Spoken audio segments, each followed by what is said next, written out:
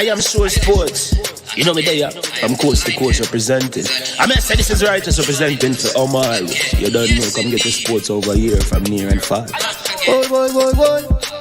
Me say I am sure sports, one thing me sure about. When me say sure, that me not doubt. Come get your sports, get it over here. Come subscribe, repost and share. I am sure sports, one thing me sure about. When me say sure, that me not doubt. Come get your sports, get it over here. Come subscribe, repost and share. If me not sure, that me not say it. Know who score, that me not say it. Never know no game play, that me not say it. If me never seen a game, me no know who play. For your sports news, better come over here so. For your soccer news, then come over here so. If you don't love sports, still come over here so. For the day done, you are gonna love over here so.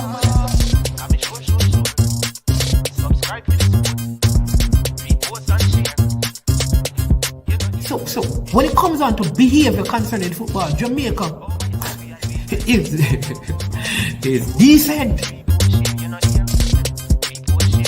I am sure that if we can get all of these things done, set in place by the end of April, it gives us enough time before the World Cup campaign. Not afraid of no Brazil, no Argentina with these crap of players. We are good enough. Remember, like, subscribe, share. Listen, comment, let me know what your thoughts are. Tricknick Jerk Marinade gives your meats and vegetables authentic Jamaican jerk flavor. The spices are directly from Jamaica. Spices like jerk seasoning, allspice, Scotch bonnet pepper, fresh scallions, thyme, ginger, and garlic. The key ingredients to a great jerk marinade. 0% sugar and low in sodium. You want to try it? Made up of 18 Jamaican herbs and spices. Add delicious, bold flavor to your next grilling experience. Flavoring sauce, a marinade, basting, condiment, or topping. Tricknick Jerk Barbecue Sauce.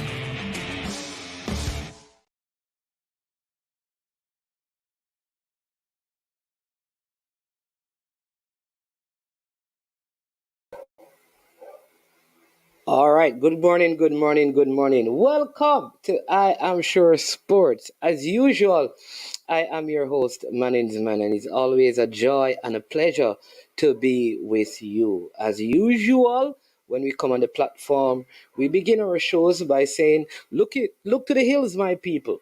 From whence cometh your help? Your help comes from the Lord who made the heavens and the earth. We always want to take time out to give thanks every day. We have breath in our lungs. We give thanks to the Most High God for preserving and keeping us. For if it had not been for the Lord who was on our side, then where would we be? Big thank you to all our subscribers. As usual, if you are on this platform for the first time, please make sure that you subscribe, all right? Also, hit the like button. The earlier you do that is the more people will come on and watch the show, and share it with someone else, please. You also can support I Am Sure Sports. We have a couple of ways you can do that. You can do it by a super chat or a super sticker. So many times people say, oh, I love the work you're doing a great job, and that's good encouragement. But to get all the equipment necessary, it requires also financial resources, and we do that at no cost to you, our viewers, subscribers, all right, and persons in the comment section. So right where you have your comment, if you're in North America or in Europe, there is a dollar sign. That dollar sign allows you to give to the channel by a super sticker or a super chat. You can give as low as $1, and you can give as much as $1 million. So go ahead, and as you feel led, no pressure, go ahead and do that. Big up to the sponsors of the show as well. All right. We will be having Mr. Everton Tomlinson. He's the parish president for the Westmoreland Football Association. And we're going to be having a conversation with him. He was in our studio, but we asked him to just wait because we normally do a little monologue at the beginning of the show. All right. And I always want to take time to to share information that can help people. So you need to tell the people, you need to get on from early, because what happens when we have these shows is that people join in the middle and they ask some stuff and say some stuff and they miss the whole context of the conversation. So you who are on early must tell the other people, must tell them, listen, you have to get on and start listening now, so you understand me? You are better able to speak to the matters that are being discussed. All right? Please do that for me. Too often we have people joining late and bringing up what I call issues that are not issues. You understand me? And we don't want too much of that, though we can appreciate some of that. All right. We also let me just share with you. I heard this morning that Mr. Galloway, David Galloway, who is the person who he was the manager, team manager up to last season at Mount Pleasant, a police officer as well. He had an accident this morning, or today, well, or late in the night. Um, and so he's in the hospital. Don't know the nature of the injuries, but we are wishing him all the best and hope that he'll come to a full recovery. All right. This Landover Road in St. Anne is always accident prone, right? So be careful if you have to traverse in that area. All right. Please, please, please, please do so. That's number one. Number two, the JPL action last night. Uh, Chapelton Maroons were relegated from the JPL. They lost 4-0 to Veer of Clarendon as well. So they are out of the JPL, which means that for this year they can't get back in. They can't play in the qualifiers for the JPL until 2024 to get back in it, because this is the 2022-2023 season. So if they are going to get back, you may not see them in the league until in 2025. Wow, what a long stretch. All right, so that's Chapelton Maroons because they lost, and Cavaliers are now leading the league. They are tied on 43 points with Arnett Gardens. They lead by a better goal uh, average, and so Mount Pleasant are in third. They are tied with Harborview on 39 points. So there are 4 rounds of games left before they get into the playoffs. All right, so that's the first set of things I want you to hear. All right. Now let's move into some other things. I want to begin today, and this is how the discussion is going to be going forward. My responsibility, and I believe it is the responsibility. And Kayland, you're not hearing. So how everybody else is, check your device, Kayland, because the other persons are hearing, right? You're the only one um, so far who has said that he's not hearing, but the other persons are hearing. Just check your device, all right? So my duty is not to destroy, divide, disintegrate the football, but with all the issues that there are in the football, I want to be one of those voices, those persons who advocate for the kind of changes that will make the football better for all stakeholders. And that is the path I want to pave. And I believe that a lot of the persons who operate similar platforms like this, um, Dre, you think you can fool me? I'm not repeating no harm of you information, Dre, anyway, that's sports, right? Yeah. So, yeah. So my thing, and I believe that all the vloggers and the persons in the comment section, though I don't believe that all the positions are always articulated in the most respectful way to some persons. I don't like all the positions may not be what others want to hear. I think that there is this space where our foreparents would say that we need to pick sense out of nonsense, look in the mirror before we look out the window. So as you know, I'm a pastor, and though it's an organism, a church is, we built the church on effective systems, and this is after reading material from a gentleman called Nelson Searcy. Nelson Searcy did what he called the 8 systems of how to grow organizations, and this is based on what he saw. Our guest is here, so I'm going to bring him on soon, right? Um, this is what he saw when he went to Japan and saw how they produce the same car consistently. And he said there are 8 systems that, and I'm going to share those with you quickly. And because this is what I believe. And he says, here is how we define system. He says, a system is an ongoing process that S saves, Y, U, S stress, T time, E energy, and M money. So, a system is an ongoing process that saves you stress, time, energy, and money.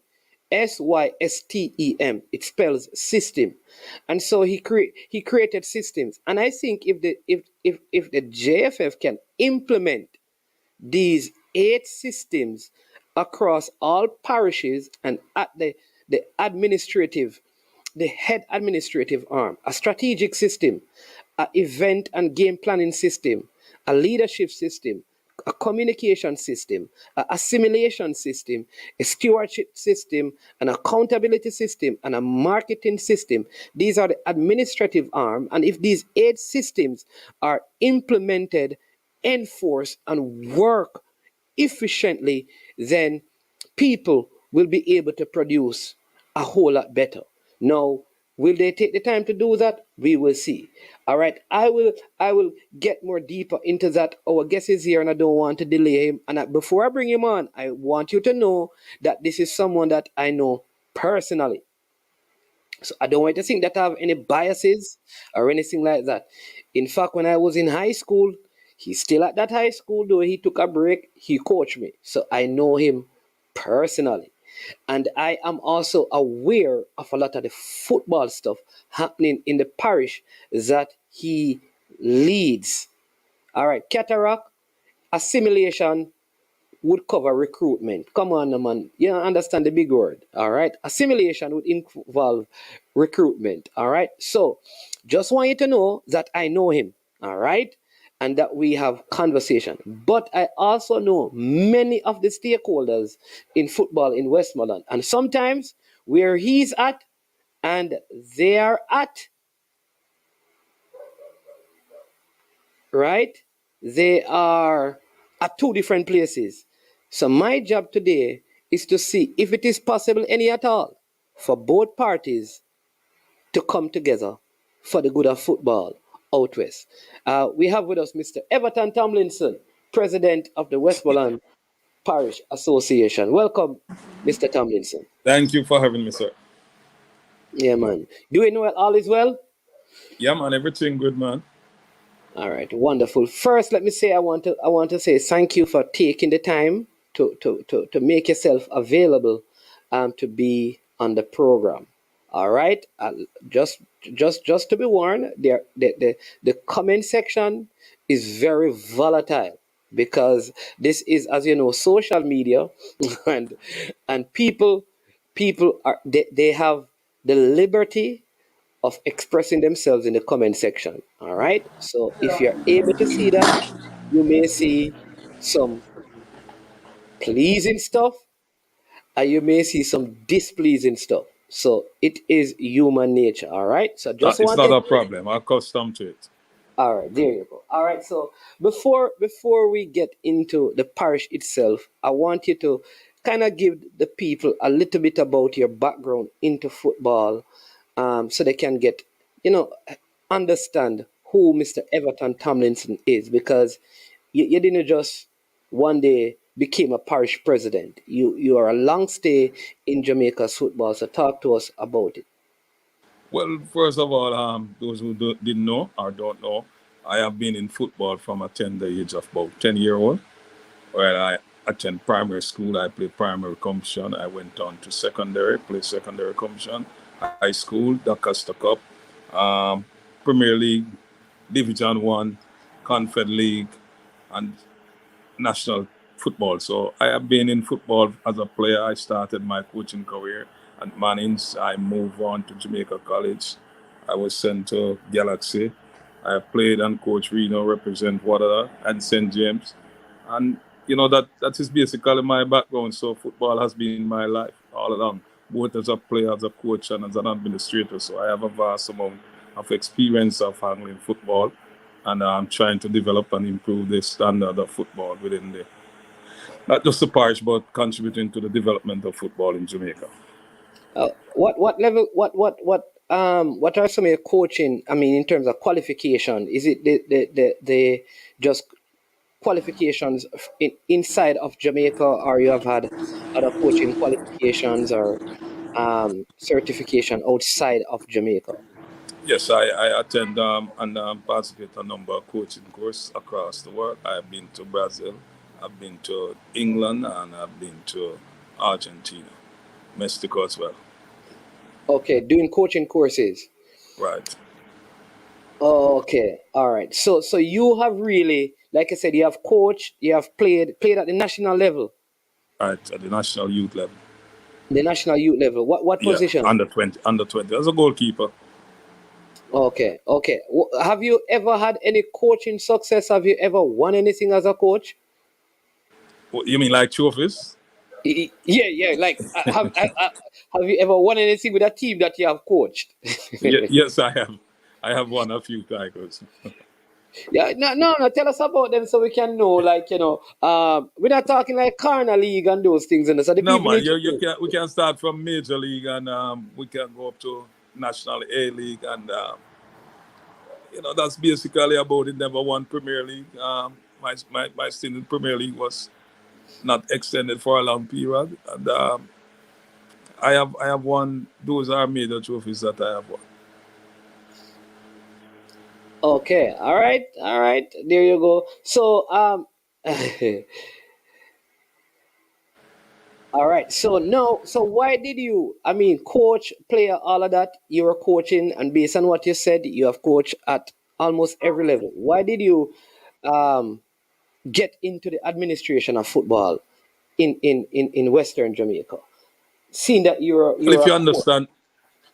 if you understand, I think the better part of football was in the 80s when I was playing the Acosta Cup and then moving to Premier League. It was very competitive, very exciting, and a lot of interest. So I have a lot of passion and vision and admiration to extend. So going into to coaching was not something that I just took up. It wasn't in my DNA. However, I was approached by a gentleman one day on the street to assist in coaching Mannings. And he was very, spiritual. Just walk up to me and point to that me and say, "You are the man that God said I must request help from Mannings." I find it astonishing. I had no idea of coaching. I was a young player. But then I take a few moments and a few days to reflect back on it. And then when I approach the school compound, I recognize that Mannings has a good team, some great players at the time. That was, I think it was 1987. And when I look at his method of coaching, my experience as a player would be far superseding. So I decided to assist him. However, I request the assistant of my senior, who was Mr. Downville and Mr. Nicholson. I thought Mannings had a team to win the Costa Cup. However, the assistant did not come. I proceed, and I think Mannings did fairly well. They make it to the semi-final that year. But if I had the experience of the coach, then I'm certain that we would have won. Following that, I went on to the military, and then after that, I went on. I do a coaching course, my first coaching course, and I taught the course in Jamaica myself and a gentleman named Last World Cup. We were recommended to go to England, and I went to England, spent over a month studying and learning the method of teaching and coaching. It was amazing. My eyes was open to the world of football, how it was being taught and how it was developed compared to what I used to in Jamaica. So it's a big difference. So I opened my mind and I accepted. I realized that in England, my experience around the world would have taught me that in England, they teach you the best in terms of coaching. They may not produce the best players because, you know, the market is buying and selling. But in terms of teaching the sports and their level of organization, the business of football, I think that is where the best model is. So I adapt a lot of and most of my knowledge out of England, and I came back to Jamaica to try to implement it. And in my parish, I was then sent to Clarendon because I was told that I was too qualified to be here to be working with Reno. So they looked job and sent me all the way to Clarendon to coach a No, team named you're Galaxy. you're you're saying that somebody in Westmoreland said that you were too qualified I was to. told by Mr. Downsell and Mr. Nichols. So the initial decision was that when I came back from England, I would work with Reno as a former player by the former president, Mr. Bim Williams, and we all Yes. agreed.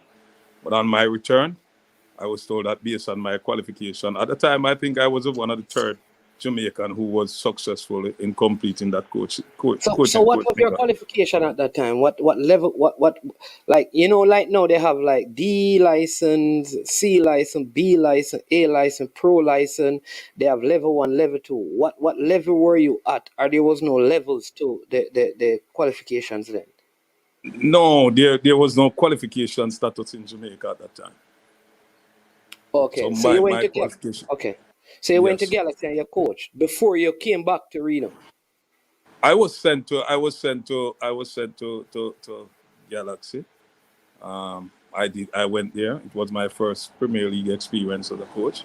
I have some great players. As a matter of fact, they have the great Marco Pratt, Walter Boyd, Dominic Sparling, Catchwell King, Dwayne Johnson, a whole lot of stars. And I'm a young coach without experience, but we were able to do extremely well. Um, and from there, I was recruited by Ian Andrews to a job at Jamaica College. And again, I went there and took them to fourth position. And I've left and set a program. And Oh, so you coach at Jamaica College as well. right. And then I came back. I left the Galaxy, and the following year, they dropped out the Premier League and went down to A League. And it was very unsettled in Clarendon, and the people in Clarendon demand my return. And I was approached this time by the manager, Mr. Chin. I went there, and we were successfully winning that A League competition without losing one single game. And we play Reno in the final. We defeat them by 4-0. And then I was approached by the management at the time of Reno that Westmoreland need help. Reno need.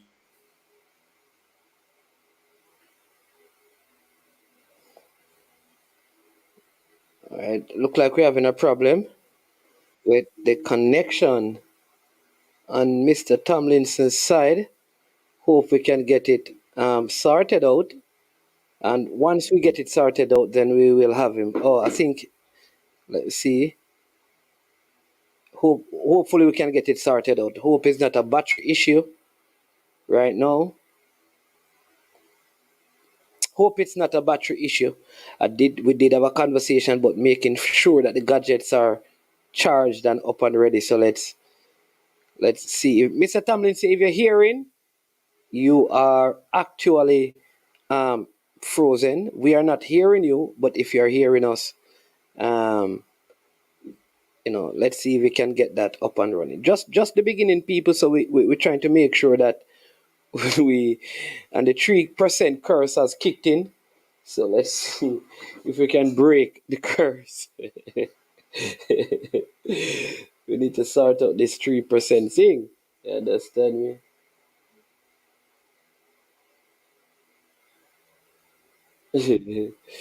Okay, I think we have back Mr. About Tomlinson. that, yeah.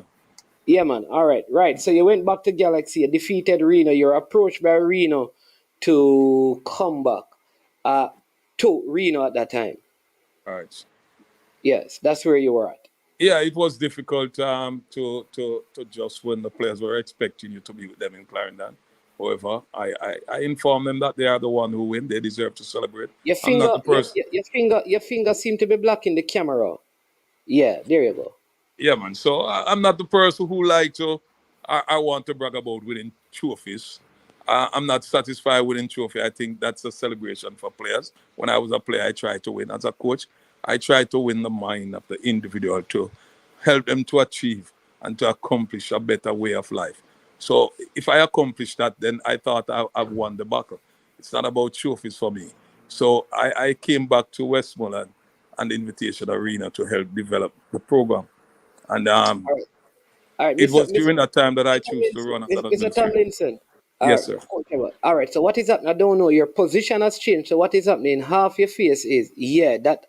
Is it difficult for you? You need some time because I need to make sure. Yeah, I need to make sure that people are seeing you properly. You know, we don't want them see half your face and All them right, see no you. problem. I'll set the phone that you can see me.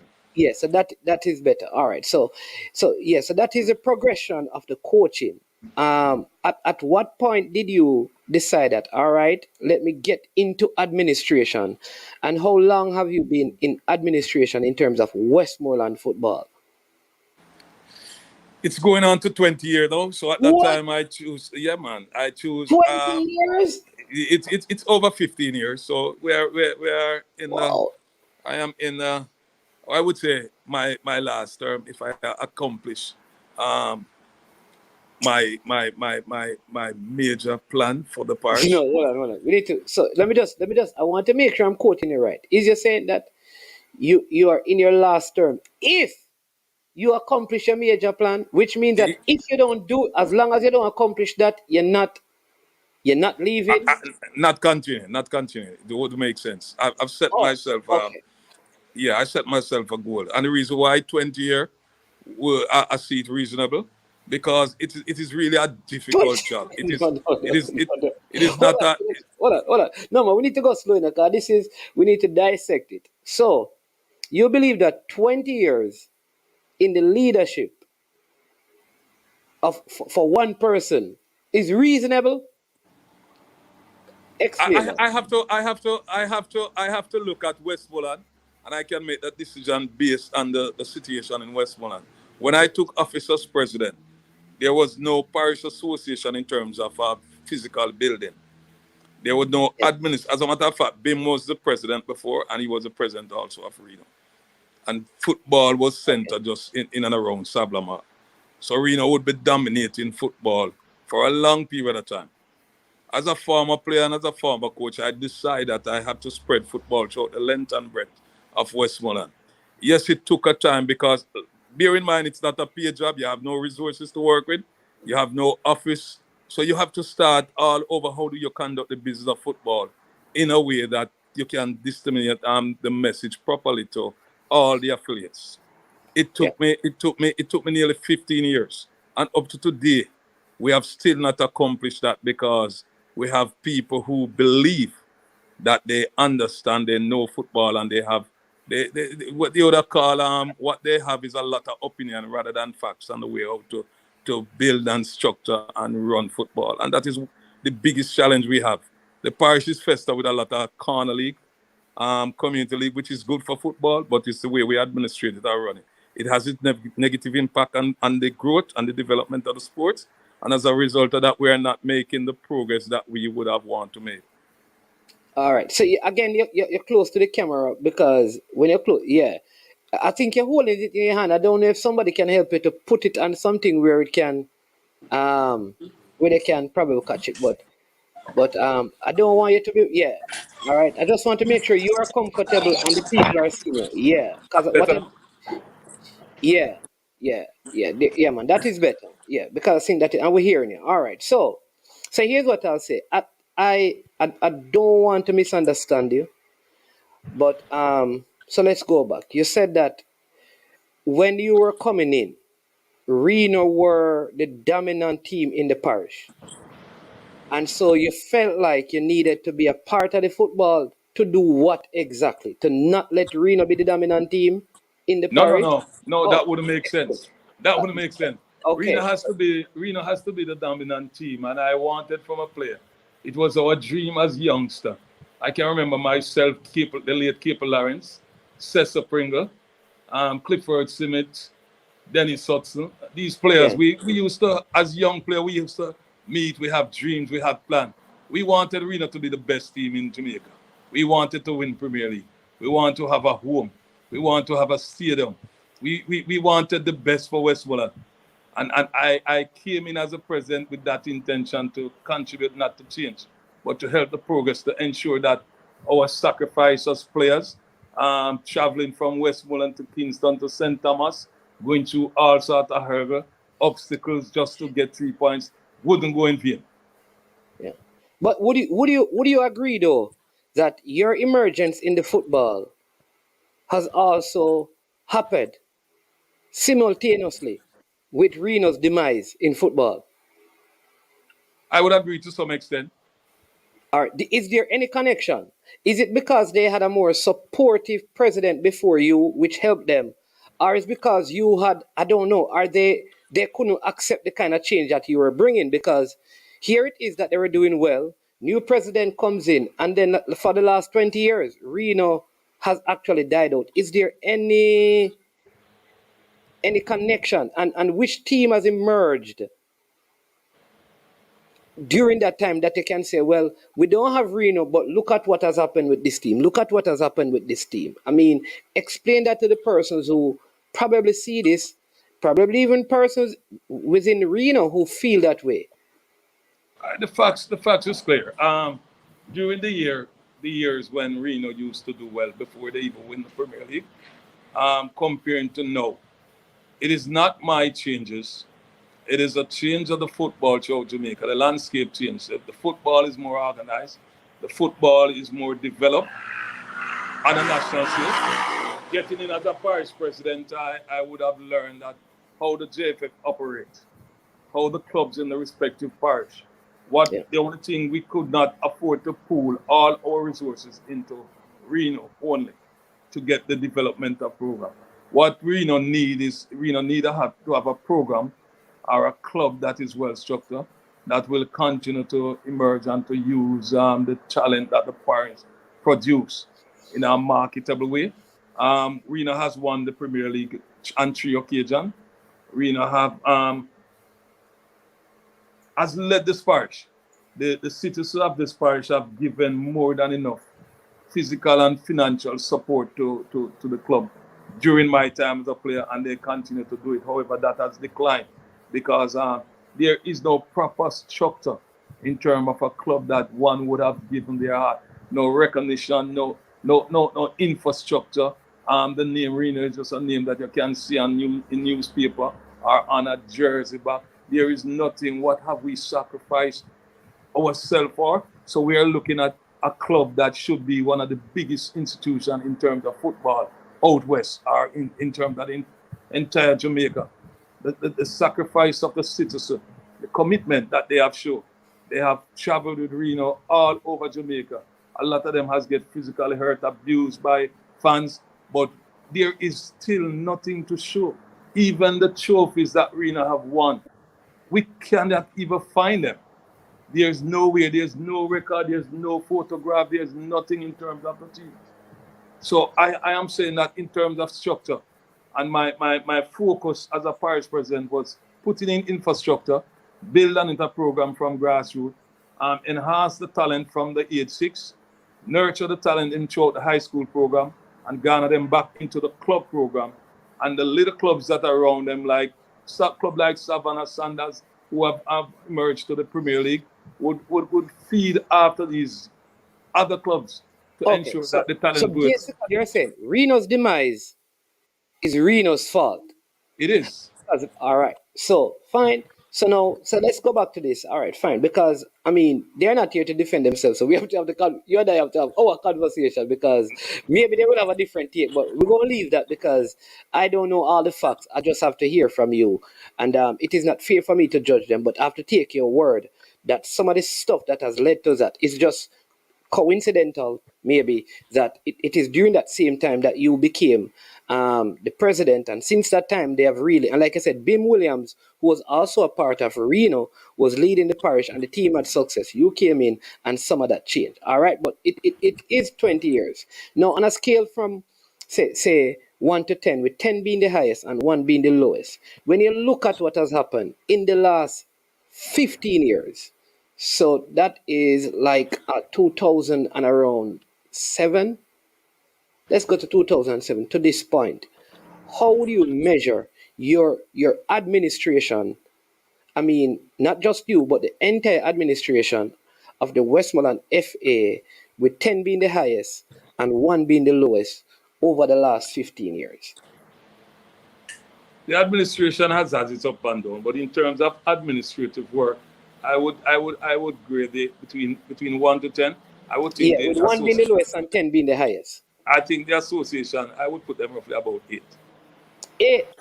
Yeah, in terms of Okay. administrative work, and also Okay. what we have accomplished. All right. So give me some of those accomplishments. Like you can say to people, here are the 5 things that have changed under our administration. All right. So under our administration, we set out. We had a vibrant youth program. That through the youth program, we started a youth program that never been seen in most parishes, if not all parishes in Jamaica, with the exception of Kingston. So we have be able to one our youth competition with under 17 with a player by the name of a very player that you may know, Omar Beckham. So we have Yeah. one. Melvin Blair was part of that as well. We have also assist through our youth program, the first time in the history that Froome won the Doncaster Cup. 9 of the starting players were out of our youth program, right? The year Godfrey won, again it have roughly about 7 starting players out of the youth program, and we have achieved what we have set out in terms of having the first FIFA referee in terms of Valdine Legister, followed by Richard Washington, and we achieved a number of youth players, and this was some of our major concern and worry. If we look at our national team, we were able to fill into our national team youth players, right? Like Damien Tarp, I mentioned Beckham, Linval Wilson Jr., Dennis Taylor, his brother, and a number of the list goes on. A youth player that would make it to the rank of the Jamaica under 17. However, we were not seeing them transit, because what happened? When they went to the under 17, they would be recruited into Reno. And getting into Reno, we are not seeing them making the transition into the under 20 and the senior team. A few of them may go to the under 20, but we see the decline. When we look at it, I don't think the club was offering substantial development. I'm trying to take the conversation away from Reno. You know, but It can't be taken away. bringing it Reno is back my heart. The truth is that yeah, as go a ahead. former player, and I was a president, I wanted the best for Westmoreland. Reno is my heart. Nobody can take it or deny it. Reno is in my heart. I'm a former player. I fight to play, and I fight for the betterment of Reno and this parish, and I will continue to do that. Yeah, I'm but not fighting against Reno. what did you say Right. though, Mr. Tomlinson? It is unfair to say your youth program develop players up to the under 17 level, to the national level, and they get to, and then you go on to say that when they get to Reno, they don't transition, which is really insinuating that the reason why the players fail to transition is because of Reno. But if the club doesn't have a program, so when a young player represents a school, a Doncaster Cup team in his parish, and become famous, the ones that won the Doncaster Cup, and your next hope is to play club football. You want to play for the best club in your parish. That's your first desire. Now get into the club. If you look at the trend over the year, when they get into the club, and a number of them, numbers of them, when they get into the club, after a year or two, we find that these players are representing clubs outside of Westmoreland. Why is it that they are leaving Reno? Is it that telling you that something is wrong? There is no marketing, there's no development. We haven't sent players on trial. Yeah, but this is what I'm saying, that why blame Reno when you spoke about what you accomplished with Sandals White House and Savannah? So how is it then Reno's fault when there are other clubs in the parish that played in the Premier League? But it's the thing, the same players, the same set of players who went to Reno are the same set of players who tried to qualify another team. And because of the structure of these clubs within the parish, then we find that the marketing arm is just between Premier League clubs. So the players are not getting overseas trial. The players who have their subject from sixth form are not getting an opportunity to go to a university, a college, or an MLS team, and therefore they went as far as to a Premier League team, and in a year or two we lose them. They are out of the system. So if we look at the list of players that we have lost or who has given up on football at a tender and an early age, who should be peaking to represent the senior team and representing club over the world? It's really break my heart. No, I understand that, I understand that it is sad. I can agree with, but to cast the blame entirely on one club in a parish, No, I would cast the blame on one club. but that's what I'm trying to avoid. But All let right, me so ask this: why I will use Reno as an example. I as a former player, I am looking forward to Reno to take the lead, Okay. to lead by example. So Okay. every club and every player would look up to Reno. It's not blaming as a blame game. It is a fact that what Reno has achieved, no club in Westmoreland will ever achieve it. And today, Reno still have that wholesale name and that fan base that if it is properly structured and been running, I don't think any club in Jamaica would be able to match them. All right, so let me ask you this other question. You rate them 8 out of 10, and you have given the youth development program as one of the major accomplishments. Is there anything else you can highlight in the close to 20 years outside of your Yeah. youth development program? So we have at one stage roughly about 5 national coaches from the parish working. We have Clive Wedderburn, Aaron Lawrence, Windell Downswell. So we have coaches in the here's what national I'm program. asking. No, We should be remember doing, we now. should be at where we are now. No, man. No, here's what I'm asking. So, one, you mentioned the Valdin Legislature. You did mention the referee. Forgot that. Yeah. And Washington. You said that because, and these are accomplishments of your administration. The Right. youth program, the referees. Are you saying that the coaches in the national program, it is And we because have of Kamara Gill now, who is a FIFA referee. and Gail, all of these things are because of the work of your administration. That's including the coaches, the 5 coaches. Just want to make sure because I don't want nobody call me afterwards and say, listen, them man are not, this not have nothing to do with the Westmoreland FA. You understand me? People will say that. People will say that. But we also have, as you said, we have Sanders Whitehouse. We have Savannah, who has made it to the Premier League. These are history. We have under my watch also, you have a number of clubs who have made it to the Super League. And so we have Petersfield, Roaring River, Grange Hill. You know, we have a number of major league clubs. We have administrators who have gone on to be All right. secretary of the That's the Confed. problem. So your major accomplishment, I can say to somebody, let me tell you what has happened in Westmoreland under the administration of Everton Tomlinson, right? Number one, they have had a youth program that produced youth to the national under 17, under 20. Also, from Godfrey Stewart, they have done well in schoolboy football. Number one, some of the first FIFA official, Valdin Legislature, Washington, came through that. The president mentioned national coaches Downswell and Lawrence and Wedderburn and others that have worked with national program because of the administration. The promotion of Sandals, though they got relegated, and Savannah, work of the administration. Any other thing, any infrastructural development that the Yeah. administration has, right. The major one, which is dear to my heart, is first we set out to ensure that we have a home.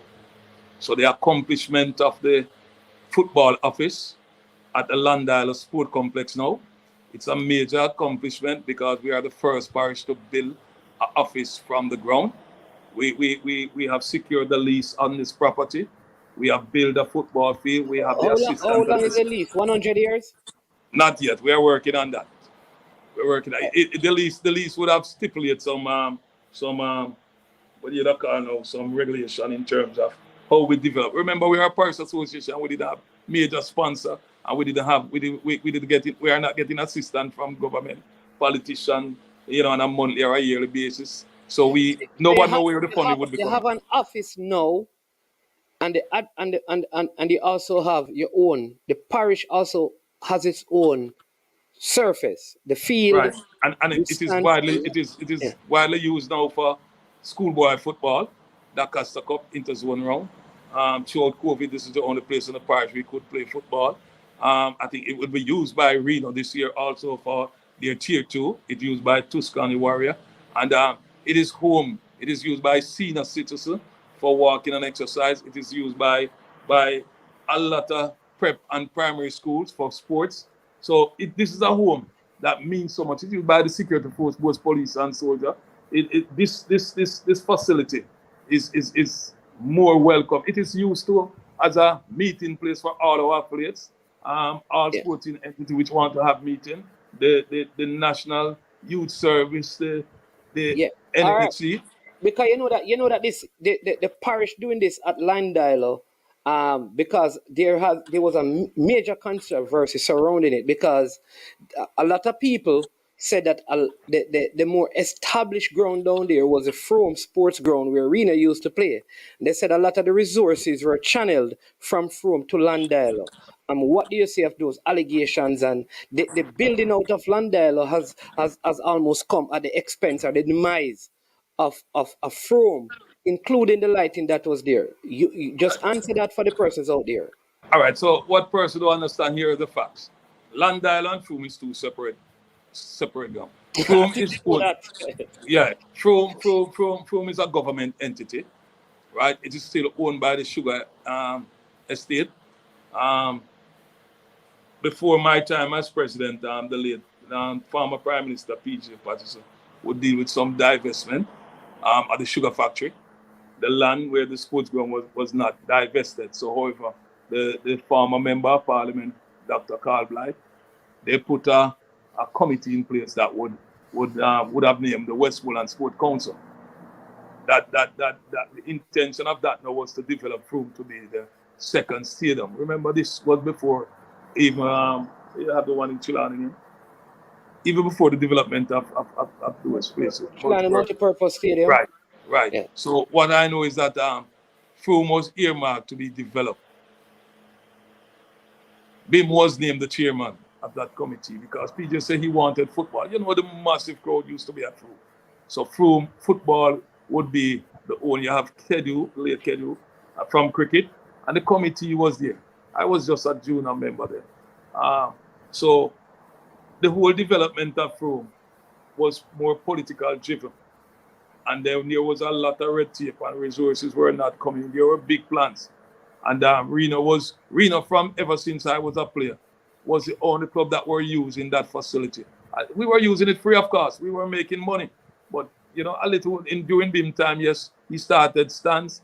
When the Prime Minister diverted, I think $5 million Jamaican were given towards the development then. But however, as person have it out there, the rumor about a lot of the resources has transferred to Land Island. There's no such you. What we had at Land Island was a cow command and naked property. Reno used to train on it. And when I became the president, and after a while, I decided to start to fight because when Dr. Blythe came to Reno, when I took him to Reno, asked him to assist Reno, we recognized on the book that this piece of land was earmarked for sports and culture. There's a cultural center there. And I realized that the parish council and a lot of private citizens have a lot of interest in it. So I decided to start to fight for the purpose of football. And I have to attend several meetings in Kingston between the land agency, the culture ministry, and parish council. And during the time we had to do a lot of interviews, we had a plan. And that's why I said 20 years, because our plan was projected to have this accomplished fully within 20 years. It took me 15 years to build this. However, I accomplished the lease with the intention that once we start the development and can prove to the government that the purpose of it is as it's intended to, is still going towards that purpose, then the lease would be extended. The lease is a sublease now between the Westmoreland Football Association and the Culture Ministry. I have made a lot of sacrifice. The Westmoreland Football Executive have given me their full support. So we have started to build this without resources. We didn't know where it's coming from. Let me say it publicly before you move on. I want to say a big thanks to Tire Warehouse, Andrew Budan, and also to Chopper Arthur, who have contributed significant amount of material. I want to congratulate the members of the community who have given us free labor, the tradesmen, and we have come together with a plan to put this facility where it is in terms of the infrastructure of the building and the football field. However, again, let me remind people that the Institute of Sports has started to assist us and has left us in debt of over 4 million. Yes, 4 million, because they were the one who started to grade up the field. And we were told after that, when the late Ian Andrews went into trouble, and we have not been reimbursed, but we have to find a way to get this up to a plain standard. So there's a lot that people don't know. Because we need to go and fact check that and get the information, you know. Everything I'm telling you is factual, so you can't check. Well, no man. I'm not saying it's not facts, you know, but I need to get that you were left in 4 million debt because 4 million debt. Today Okay. we have not today we have not received. So I have to take money from my own resources, my family, because football has not generated income to So cover. you're saying that 4 million debt has been paid off from your family resources. Not the family resources, from the football association. No, because you said even from your family. Sorry. Yeah, well, my family, they have to contribute. I have to run some serious risks, because my desire was to have football play and one of the better surface, I mean, the better environment that people can be comfortable. All right. So all right. Wonderful. So you see, I give you time to talk about the accomplishments and the well spoken. All right. Now, you gave yourself an 8 out of 10. All right. Now, what about the persons? Looking at these 15 years, do you think there are areas that, as an administration, you know, I'm not pointing you to you, but administratively, are there major failures? Given that you have had recently, there was an issue with the referees. Like I said, issues has come up about the use of Landilo, the constant issue of no Western team in major football. Looking at your tenure, 15 years going into 20, right? Would you say here are some things? You listed successes. Are there areas that you think, as an admin, you have let down the parish? Well, I think in terms of failure, I wouldn't take full responsibility. I think the responsibility is based on the football fraternity, person who wanted to operate and to organize and to run football. And the reason why I say that is that for the past 15 years, those who are called, whenever we call the meeting or call the clubs or the affiliate to meeting, would you believe me that, as I said, the president of Reno has not attended one single administrative meeting? She got back to Reno again. But because I want to use Reno as an example to be the best, I cannot speak without, and this is the problem people have. Reno is dear to my heart. Listen, No, but- if we correct, It is coming across like, here's what it come across. You just listed some successes. You said you give yourself an 8 out of 10 for that. No credit is given to any club, you know. It is the admin and you specifically. When it comes to the failure, you preface the conversation by saying, I will not take any responsibility. And then you segue to Reno, which is saying that where the footballers failed, Reno must take responsibility. But where the successes are concerned, I need to get some credit. So I want to make sure that is not what you're communicating, you know, because that is how it is coming across. So, All right. so please explain that. all right. I'm sorry if viewers out there are looking at it this way, but let me remind them that as a former player, I remember, as I said earlier, a part of our vision was to ensure that Reno become the best club in Jamaica. And you're correct. I don't want it to sound like I'm continuing to knock in Reno, but here is it. Before my time as president, You cannot say, I'm not trying to knock Reno, but because I'm telling you, you're going back. all right. Okay, all right. Let me put it. I am not going to interject again, and I'm going to let you speak. No. Let me put it. Let me put it this way. Yeah. When you're expecting full support, and within your responsibility as a president, you have to give full support and equal support to all affiliates. Now, there is no doubt that the Club Reno is the number one club in Westmoreland and the number one club that I would regard in Western Jamaica.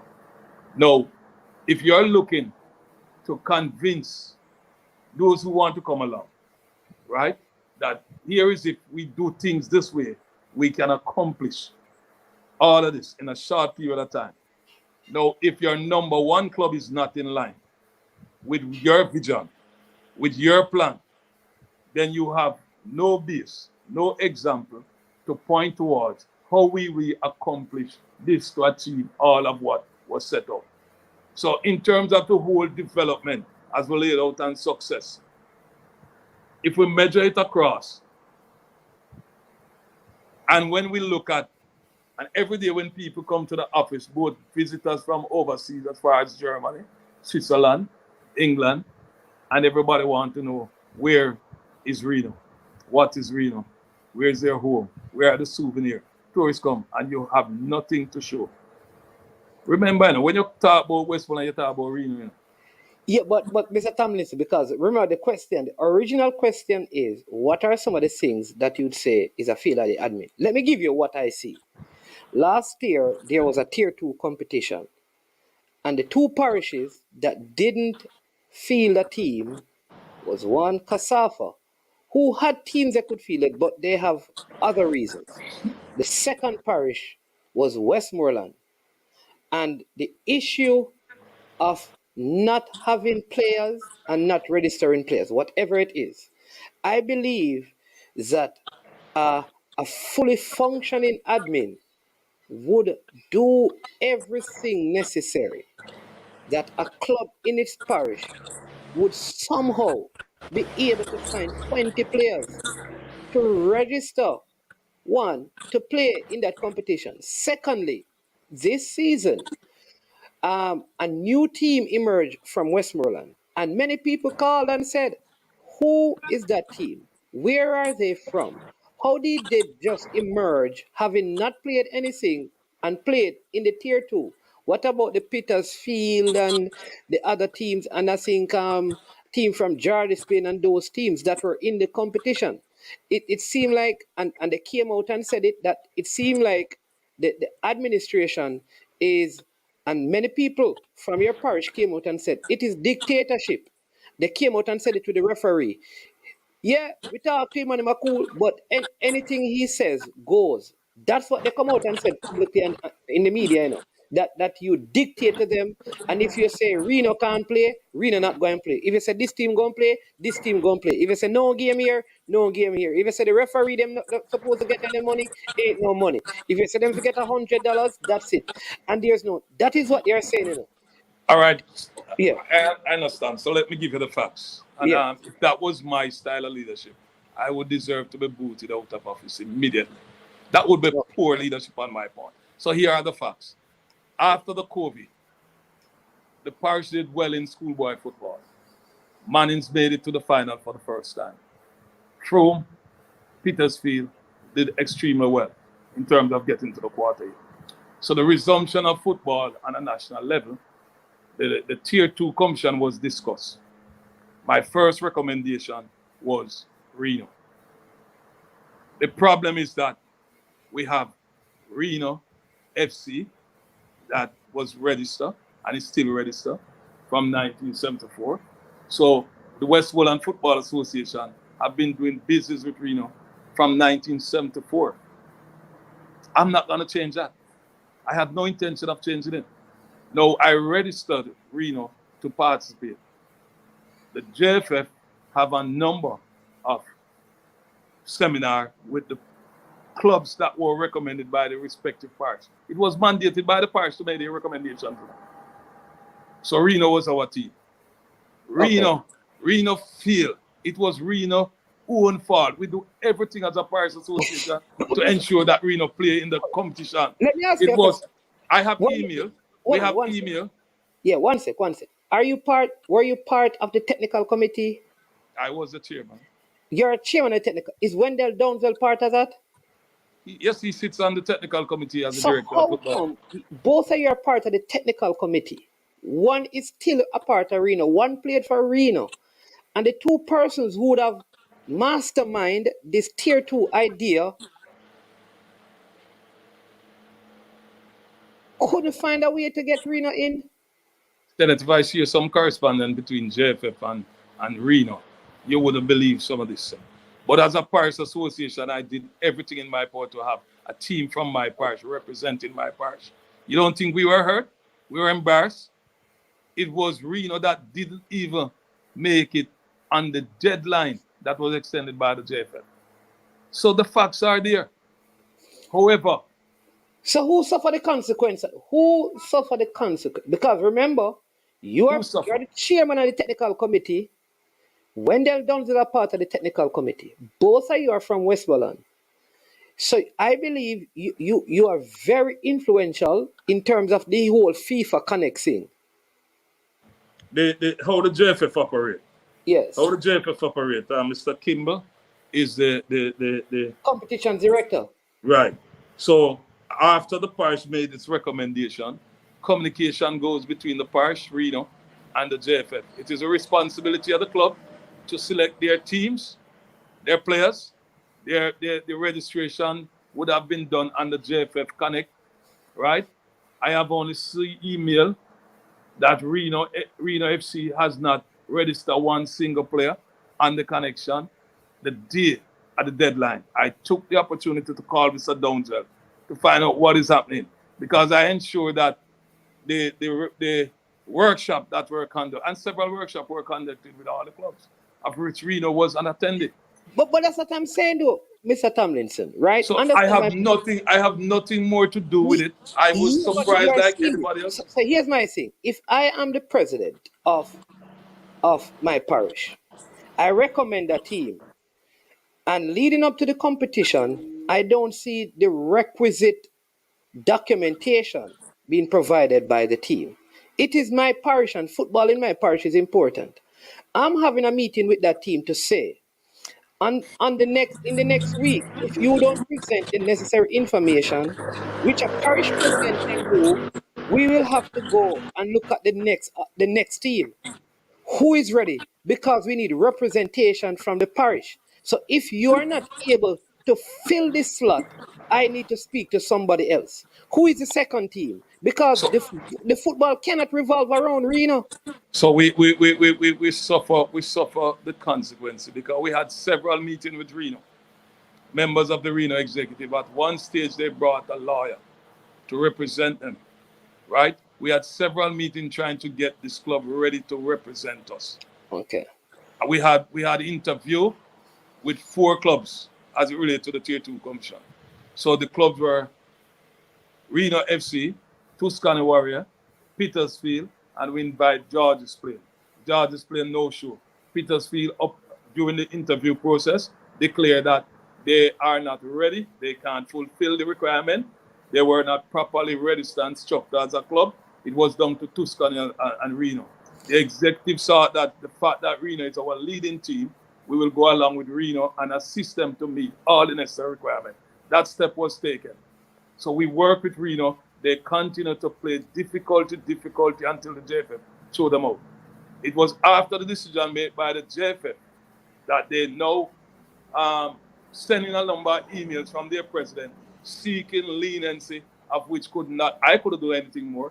The Downsell was the one who sent these emails, and the JFF continued to refuse it. That it is sad, it is very sad, it is very unprofessional, and hence Westmoreland would not have a representative. But they will be in this tier too. You have made So, sure so that. this season again, we Westmoreland have 2 spots. Right. 2 spots. So the executive meet. We decide that one, since Reno and Tuscany was a more advanced team from the previous one. Not that Tuscany don't play football, nothing like that. They play in our major league. They won our major league. However, They Reno won the would major be league. yes. So Reno would be representing the parish in the Tier 2 competition, and Tuscany Warrior would go into the playoff. Right. This is where we are. So Tuscany enter the playoff, and Reno is in the Tier 2. So Tuscany didn't make it to the Tier 2. Right. They But failed Reno in is the in last. it now. Reno is in it as, listen to this, Reno is in it as Reno FC, right? Reno wanted to play as FC Reno. That But was not. didn't they change their name to FC Reno from they were in the Premier League last time? Let me tell you what happened the last time. I have seen documents last year for the first time. For the first time, that a letter was sent by the former President Bim, Yes. giving up his 97% share. The letter was signed by Wendell Downsell, who has 1%, Linval Wilson 1%, and Boise Nichols have 1%. Are you sure you can call these people, because I don't want to bring any I have conflict in it. I have documents, sir. Okay, all right. Just want to Everything make has been sure, forwarded. because I Everything have has to been maintain forwarded to the my integrity of the program, because I right. don't want anyone So to come and everything, say that, you know. yeah, I have the documents. Okay. We have documents. So what happened is that I think they went ahead and registered. Not think, it's a factual thing that they went ahead and registered FC Reno in 2017. Not to the knowledge of the association. So let me take time out, since those out there who are listening. So in 2017, how we used to operate, I used to give 100% support. And I still prepared to give that 100% support, not less, to Reno.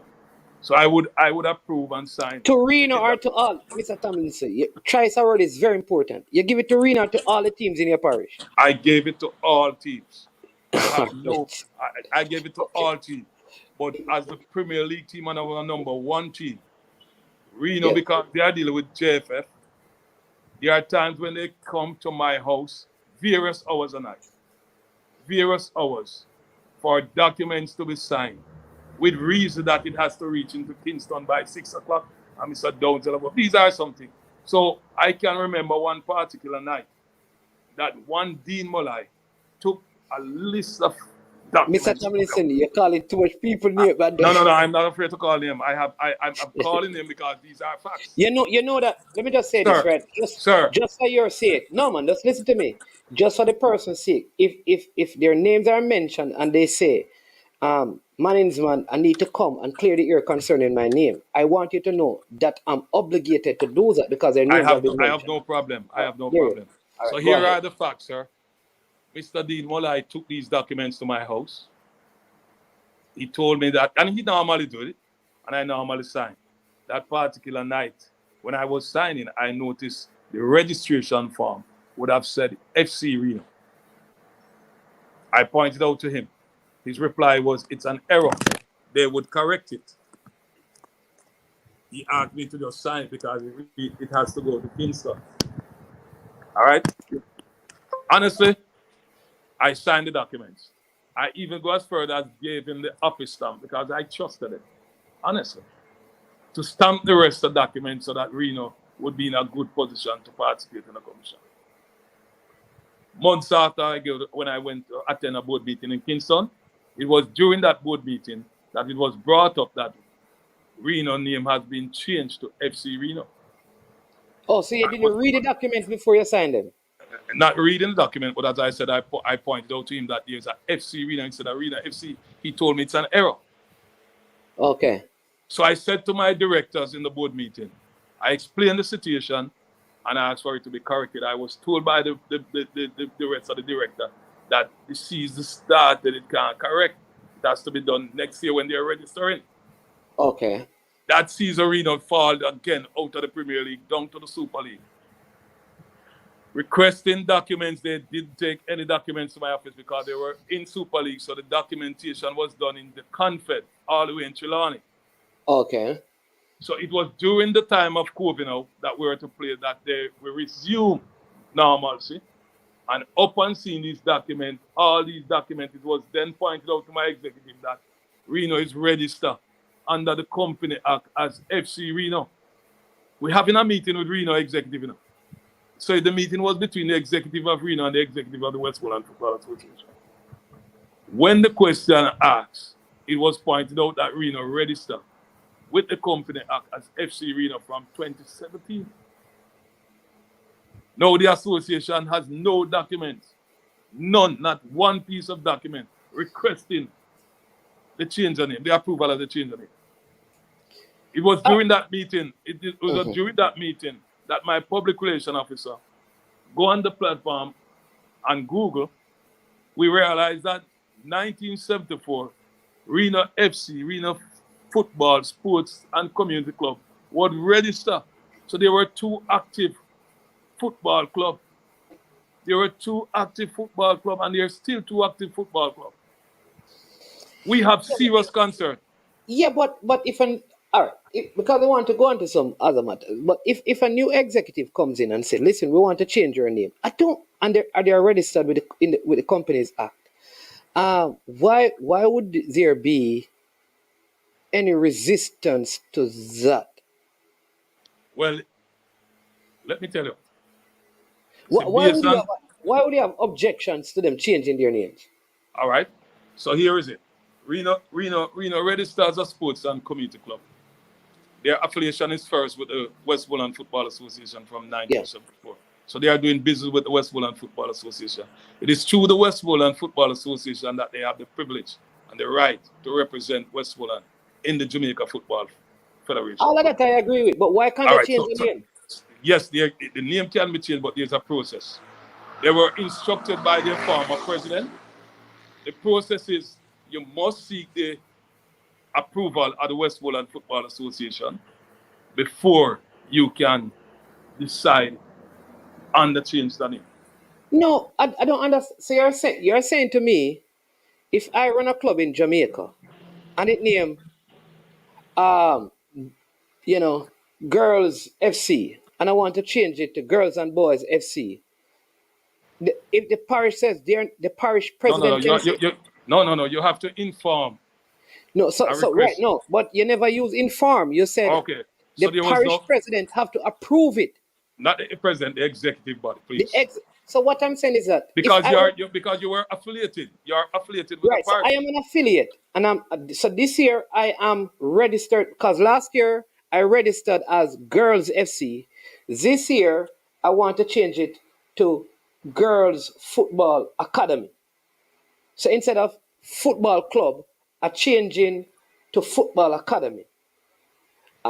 I meet with my executive. They say, "Fine, change the name." Why, if I come to the FA and said this year, forget about Girls FC because there will be no affiliation fee paid. Here is the affiliation fee. It is the same team, but we're calling it Girls FC. I think all the association need to do is to say, okay, stamped and approved. You have to No, re-register the players. yeah, it's not that simple, but that wasn't done. If we took that route in the first place, it would be much easier. But here is it now. There has to be, and there must be something that we are hiding. So No, listen, no. So here's what is listen, happening. That's why I don't listen. want to go there because I think you have other information about the process that may have influenced your decision. But it can't be just a name change. It can't be Because, just a name change. It so, has so no, listen. no. If you're Yeah. governed by a constitution, the constitution protect you, right? So the constitution would have speak to all of this. So you have to follow the process the correct way. You can't just get up and just want to change the name for name's sake. There has to be a valuable reason. The reason has to be convincing and the permission granted, and then you continue. So all the So, stakeholders and all your parties would be informed of your name change. And there is a reason why you're changing the name. so, because I don't want to trivialize it, all right? Because I operate in a parish, and I had a club that changed its name. Yes, What we but did did, you did is it that club that you operate was a registered club, not only in the parish but with the Company Act of Jamaica, and what sort of business and what under what how was the club registered? Was it registered as a community club or was it registered by a shareholder? Were you doing business that you could just get up and change that name just so? okay, so you're saying that because Reno Football Club was registered with the Companies Act and all of those things, and because they were doing business and they were registered as a community club, they cannot just change the name. No, you got to wind up that business based on the constitution. So Okay, wind up the business, you have to inform the Parish Association, who must now inform the Jamaica Football Federation, and you follow the step and the procedure. You now have to wind up the Reno FC to operate as the FC Reno. It's two separate entities, right? And I'm saying to Reno today that our books would show Reno FC doing business from 1974. FC Reno is now a new entity. It has not been wind up, right? The so directors, you're saying that they have to wind up the operation of the first business. it has to be. You have All right. bank account, you have business transaction, Come on. All right. So all I'm saying, listen, I'm going to investigate this because I'm not averse on it, so I can't challenge you. So I And want to move on. I'm gonna forward some emails to you so you can have them on a record as well. Yeah, man. All right. Because I mean, I can't argue with you. All right. But many people want to ask a question. But So as soon as the simple truth to it, is that Reno FC is allowed to play in the tier 2 competition. no, man. The parish No, but association there is fully was behind Reno FC. no. But that is the issue. It's not There a is no simple issue. issue because they also played in the JPL as FC Reno. But you have to do your registration every year, sir. No, And we are all not. right. So this is where I think I need to do investigation, right? They played in the JPL as Reno FC, but they also played in the JPL as FC Reno. But here is somebody I'm going to take this person because they can give some clarity to this, and then because I have something very important that I think you're very versed at answering. Okay. Welcome to I Am Sure Sports Scholar. Um, Oh, hold on. You know what, caller, you have to hold on, because I never ever set it up to take calls because this is such a good discussion with Mr. Tomlinson just to get some information out. So hold on, caller. Let me see if we can get.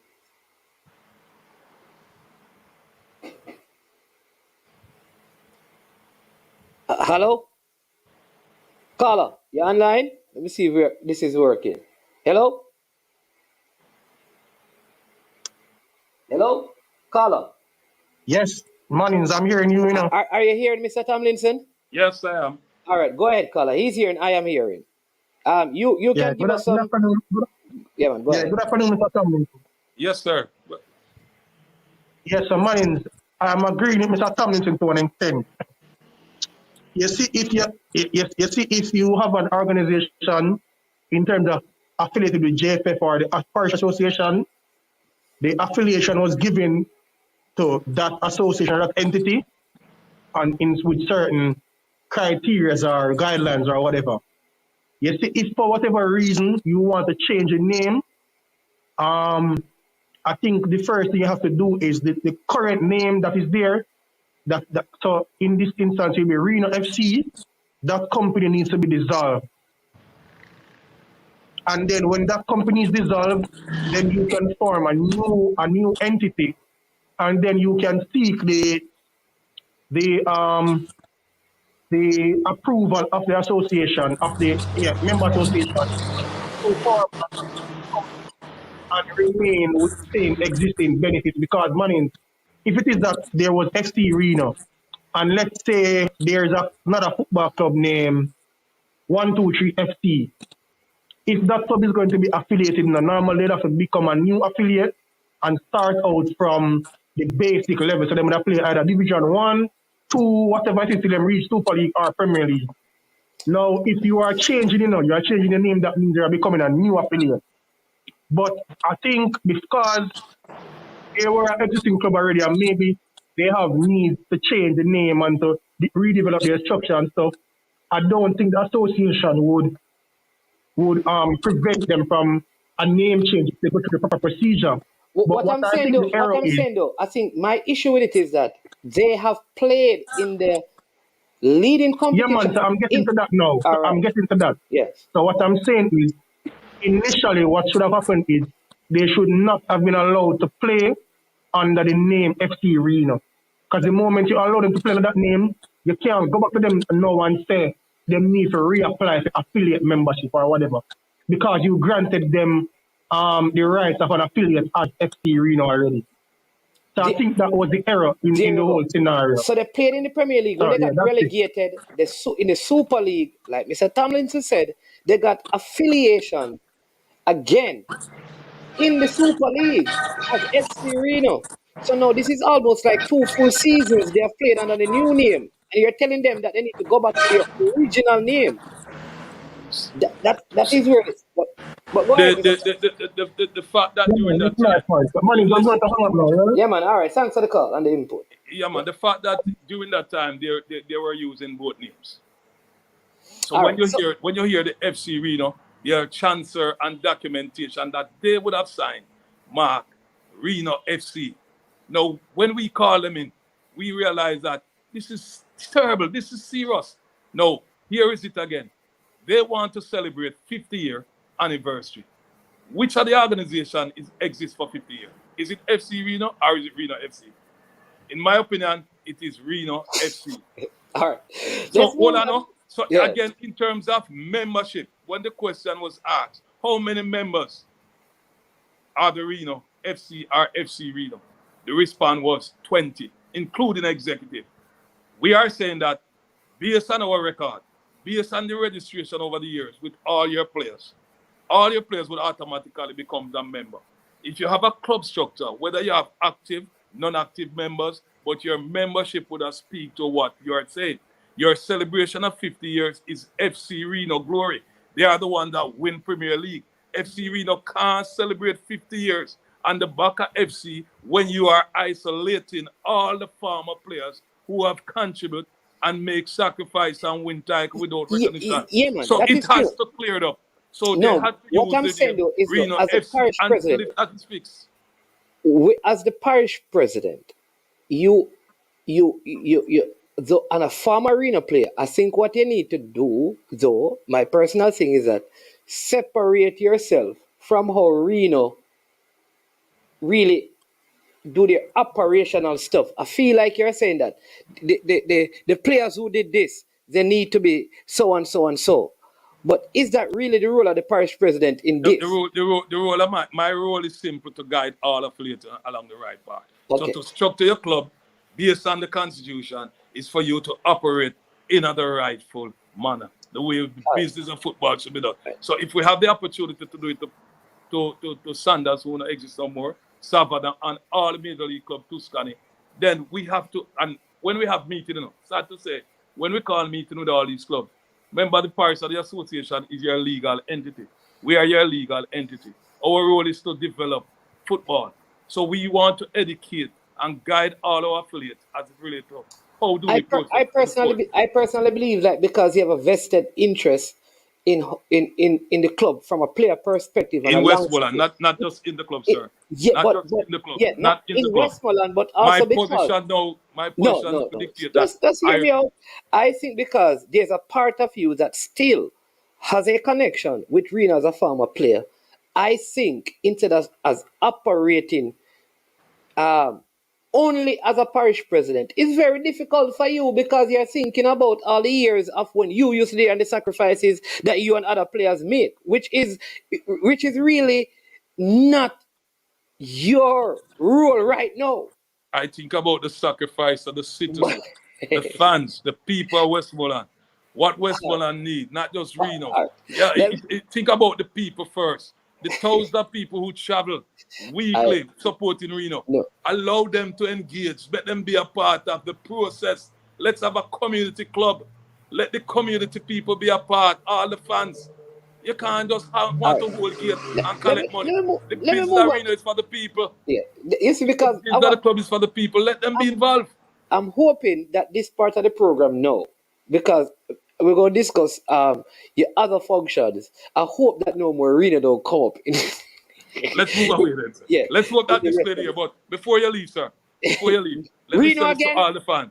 Reno FC is allowed to play this year, and we would not want it to have Westmoreland don't have a team playing in our Premier, in our Tier 2. So Reno FC, it is registered, it is being supported, it is 100% approved and supported by the Westmoreland Football Association. But if they're FC Reno, they cannot play. But you're saying that if they're FC Reno, they can't. You will not allow them to play. No, I'm not going to make a mistake twice. Right. So let's move on. All right. So now you have served as the chairman of the technical committee. I think Rudolph Speed holds that position now. Right. All right. What is your take on what you did when you were the chair and what is happening now with the technical committee? Has there been growth? Is the football stagnant? Are we making progress from the JFF perspective in terms of the technical side? I don't know what is the reason behind your removal or your resignation. I don't know how that happened, but he's there now. You were there before. Is there progress being made? or you think, maybe there are other things that could have been done if you're still in the position of the as chair of the technical committee? To be honest, I really don't want to comment on that because you might have to tell me again that a part of me is still with the Jamaica football. So I leave those discussions for the boardroom. So I want to focus on the parish of Westmoreland. Let's use Westmoreland to So be you want to go example. back to Reno now? All right. No. We can't go back to the entire Western Jamaica because I'm not pleased with the Western Jamaica. I am part of the conference as well, and we want to have football in Western Jamaica back where it was. So who is preventing that? Is it the technical committee of the JFF? I think it's a lack of education because there are persons out there now and there's a lot of media. And in terms of the growth and development of football, we have to understand the dynamic now. Yeah, and education is the key. One of the problems I have, is that a lot of us who had played the sports, Yeah. all of us want to make the transition into the era of coaching. And I find it difficult that from the field, we have some bright, educated player. All of us who play the football as people want to say footballer done. So that's what going on.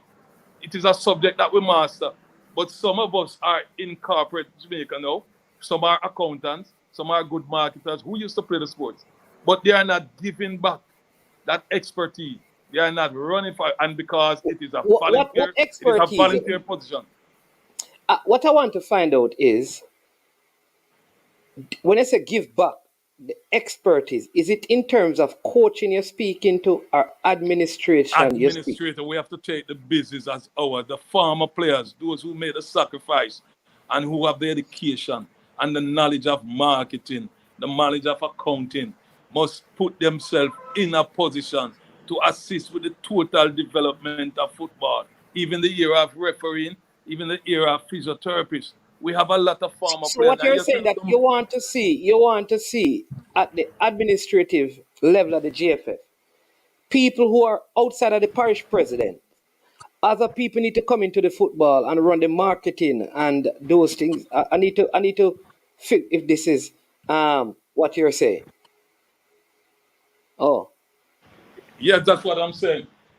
That's what I'm saying. Because here is it. So that means then you are delighted that Mr. So what I'm saying. That means you're happy that Dennis Strong is a part of the football.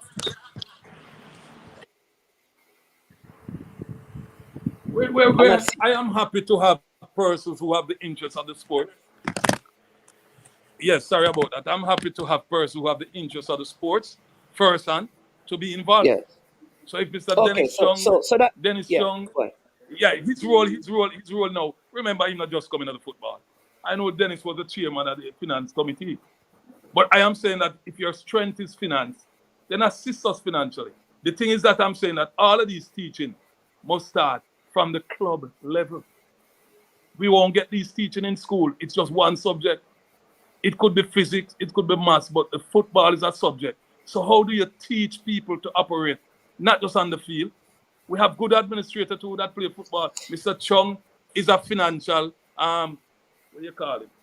Historical. So is Mr. Speeds, but they have knowledge and technical knowledge. That mean that they are. Okay, so you're okay. I'm glad that you're happy. It has to be the club from the club level, from the grassroots level, the club level.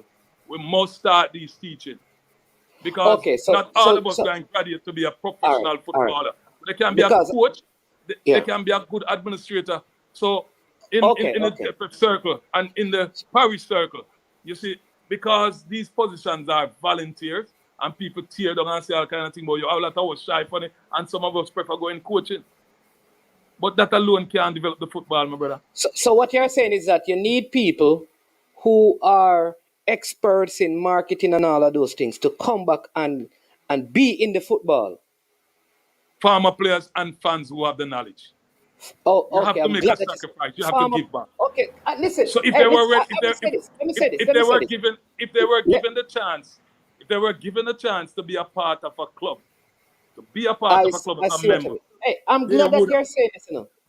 I'm glad that you're saying this because what you're saying is that you want people who have the requisite knowledge, because I'm going to get to something important, you know, to be involved in the football from club level so the administration of the overall football can be better.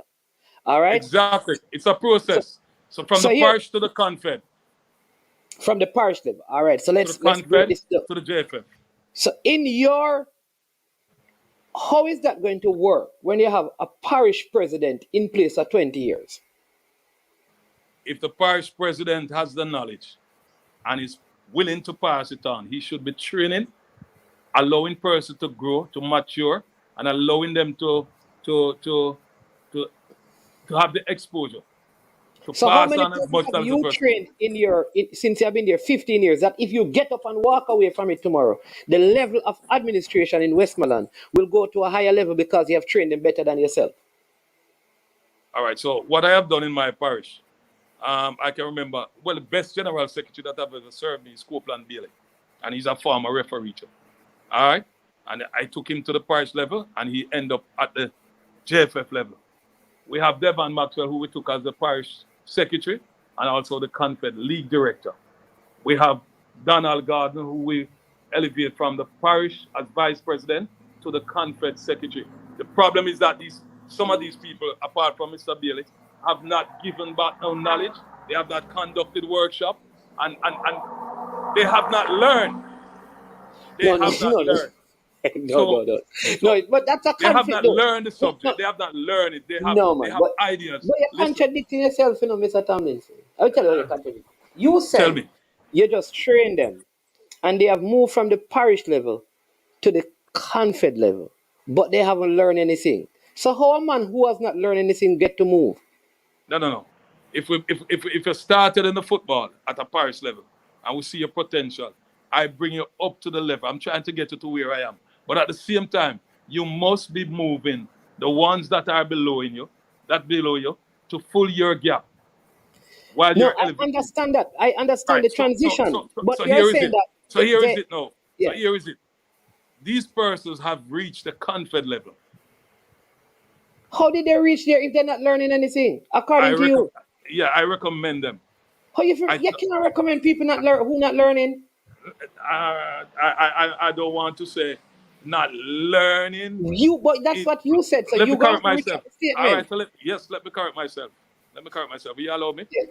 Go ahead. All right. Yeah, man. So the subject of football is that whenever you have a workshop or a meeting, you find that these people's motive was just to have a vote so that they could get rid of you. Instead of and all of my election, no interested in all of my election, these are the person who you try to elevate, These are the person who put up challenges against you, These are the person who run against you, But here are the facts. If you look on their history, they are not doing any work in their community. They are not associated with a football club in their community. So there is no record of them improving the sports, but yet they wanted to challenge for the position of president. I am not going to be here forever, I just want to give back the benefit of my experience to all those who want to learn. All right. So let me go slow because I want to make sure that you and I are on the same page because I don't want any misunderstanding. So there I are want persons, to make it clear to them. Yeah, there are persons in the parish that became a part of your administration. And I ask you, because based on what you were saying about giving back and helping others to fill the gap, you brought them on to do that. You spoke about how you call names from the garden to this person and how they, the kind of work that you did, they moved from the parish to the Confed. level. All right.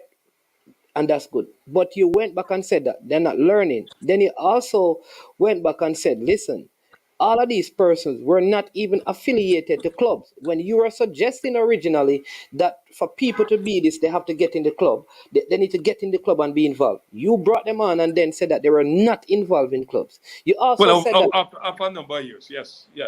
At the beginning, they were involved in club. That's what they get in.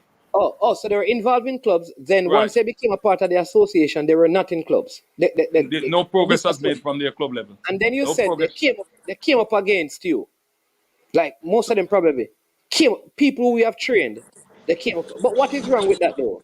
Is it that who is the best person to challenge you? Isn't it the person that you are training? This is why I have no fear. I don't mind the challenges from who.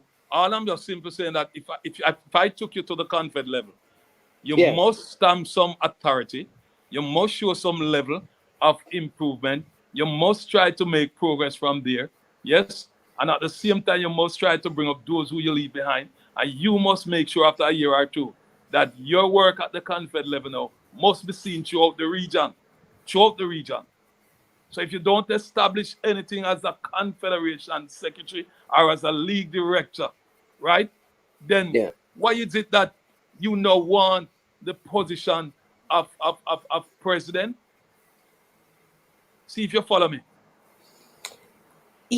Yeah, but I mean, a It's lot good of to the be ambitious, you know. what I'm saying though is that if we there are a couple of things must be because the same saying is very conflicting, or contradicting, because on one hand you spoke about you saw potential. So in the same way a person believe I have the potential to do better than Everton Tomlinson. If you're You're not. in the football, if you're in the football and you think you have the potential to do better than me, and that's what I'm looking forward to, and I welcome it, then some level of your work must be seen. You will be judged by your work. So So do so you if, see anyone in Westmoreland right now that you said to yourself, you know what, man, they have been doing so good in administration. It's time for me to walk away. It's been 15 years. I believe that they can take over and run it. And you're grooming that person to take over. if I have seen someone Yeah. at the moment, yeah, man, they are person who can. They are person who can. So They are are you person grooming who them? will approach it with an open mind, and they are person who is willing to learn. Because I am telling you, I am very tired. I am very tired. This is stressing.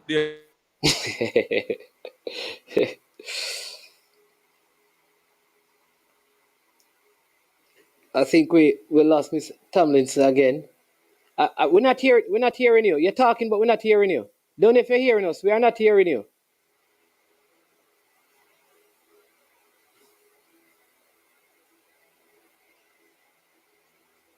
National standard, right? The administration and the clubs will be strong. And then after leaving it, then I will have no regret that my work over the last 10 to 15 years were in vain. So Okay. on that note, I have a little more to accomplish. Not much. I'm getting there. And then I will leave. I will leave, honestly. Because there is no How financial many more reward years here. you think?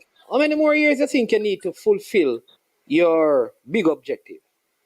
Well, if things go according to plan, within another couple of months by early next year. By early next year, I think I can leave it. I wanted to leave.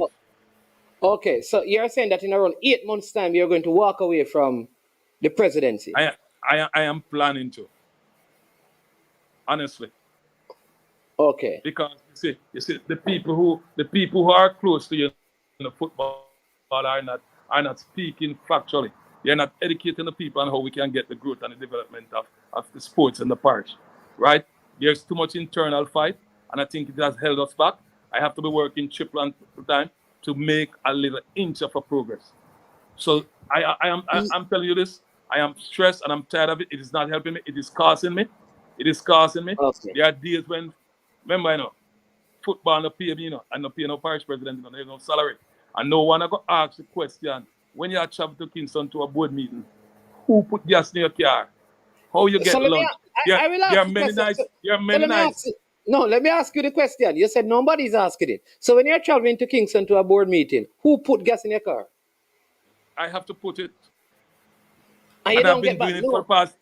I have been putting it for the past 20 years. And There's and not a and there's salary. and Listen, there's no money. There's not Eh? a salary. No, no, no, not salary. But even if not a salary, During you're during, saying during Captain Burrell, during Captain Burrell tenure, we used to get $5,000 to assist us in traveling. So a man from Kingston, the president of Cassava or the president of St. Catherine would get 5,000. Everton Tom to get $5,000. Look at the distance. It moved to $10,000, right? To date, during Mike Ricketts, because he was a parish president, they tried to increase it. They the newly general secretary, I can recall, of our last two board meetings, before he become general secretary now, Mr. Chong, they would have asked us to sacrifice because of the financial crisis the federation. Each time the parishes to get assistance, the parish president have to make the sacrifice with the interest of the national program. All So right. So football so now le- put money in my pocket. okay. All right. All right. So Me I what put you're saying is work. that If you pass by land dialer every day, you see me I do physical work. Me have to cut the lawn. Me have to do everything to keep it up when me can't pay people. No money in it. I just the all love right. and the dedication we have. So All right. what are we So fighting for? What tell me? And why am I holding hey, on to listen. this? Let me say this. If for 15 years, all I'm saying is that if for the last 15 years you have been traveling to Kingston and back, wherever, go overseas, do all of these things for Jamaica's football, and even if you're not getting a salary, there is nothing given back to the persons doing that. Something is wrong with that I in the if football. you go with the overseas trip, let me see if I can explain. If you say Yeah. overseas trip now, you're talking about JFF, right? Got the price Yeah, but can't send me it's the overseas. same Then JFF can't when you send go me at to home. when you So go if board JFF, meeting, it's the same right, JFF. It's right, the but same. you It's travel, the same. yeah, no, but Yeah. you travel as a parish president to board meeting, or you travel as a to technical committee meeting. I'm not being reimbursed. Now, when you talk Okay. about Okay. overseas trip, so when you talk about overseas trip now, that a You're parish traveling as a president, board member. a You're a director, you're director. traveling as a director Also, with a responsibility as a HOD, head of delegation. You have a responsibility. It's not a trip. It's an assignment. So the federation would pay your fare. okay. Okay. You All would right. get you would get some assistance in what they call the per diem, right? Per diem. Per diem. Yeah. The per diem, Yeah. right? So you get some assistance there. It is not much as people think it is, and I don't think I have traveled for the past probably the last 2 3 years. I've not gotten one assignment, but that's not an issue. The issue is that Okay. yeah, so the benefit that I took from these trips is when I get exposure to go into a foreign country and to see how football, I learn how football operates.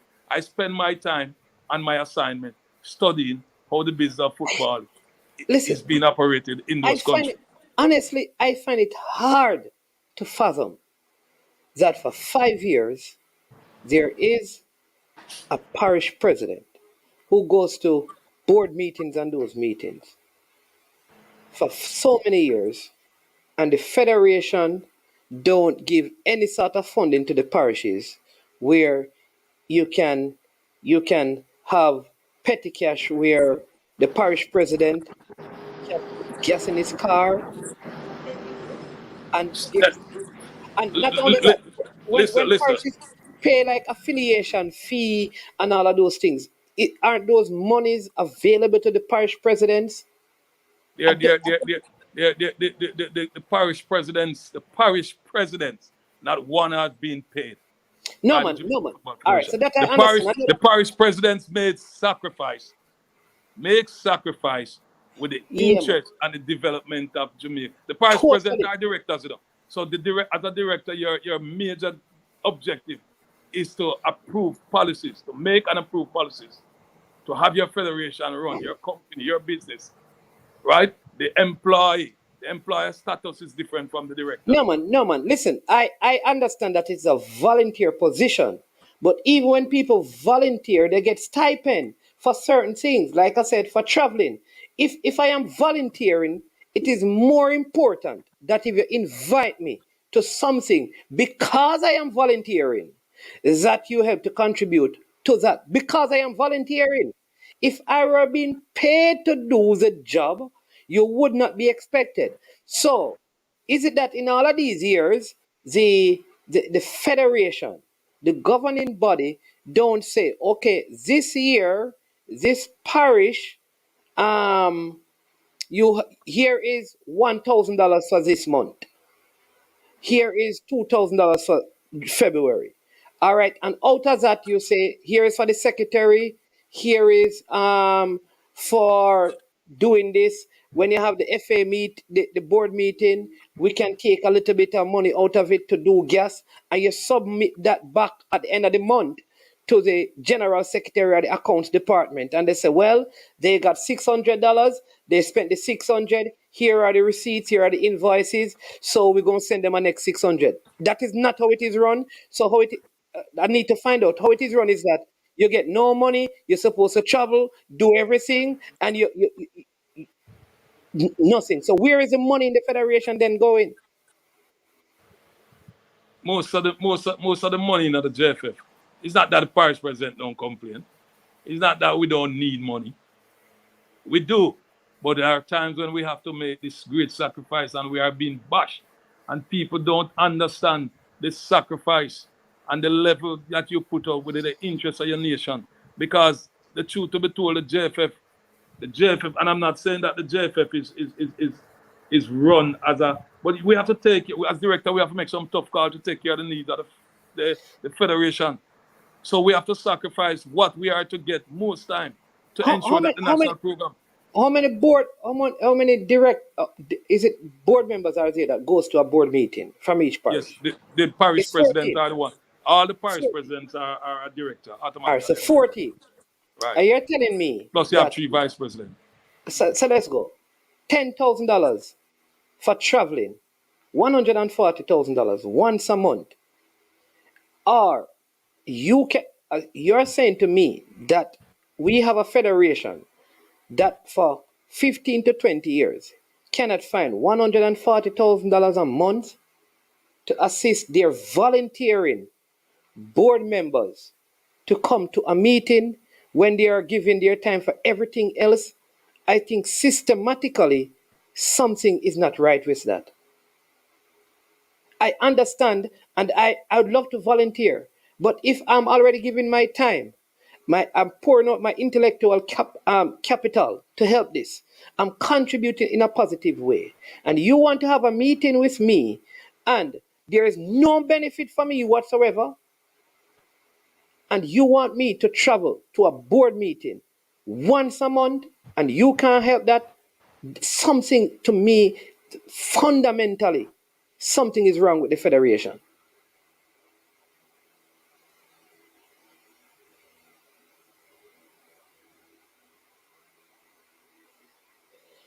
Right, so I think we're having a problem, some connection. No, I'm not even going Zoom, people. I am saying that this is, it cannot be that this aspect cannot be covered because it's not a lot in my estimation. Let's see if we'll get back the president on. Looks like there's some Wi-Fi problem or battery problem. But I would not. Again. Oh, we are back. Let me say it again. All I'm saying is that I agree that it is sacrificial, volunteering. But I have people. I have a leadership of people and volunteers predominantly. I think 5 persons, around 10 persons are paid. The other close to 30 people or more that volunteer.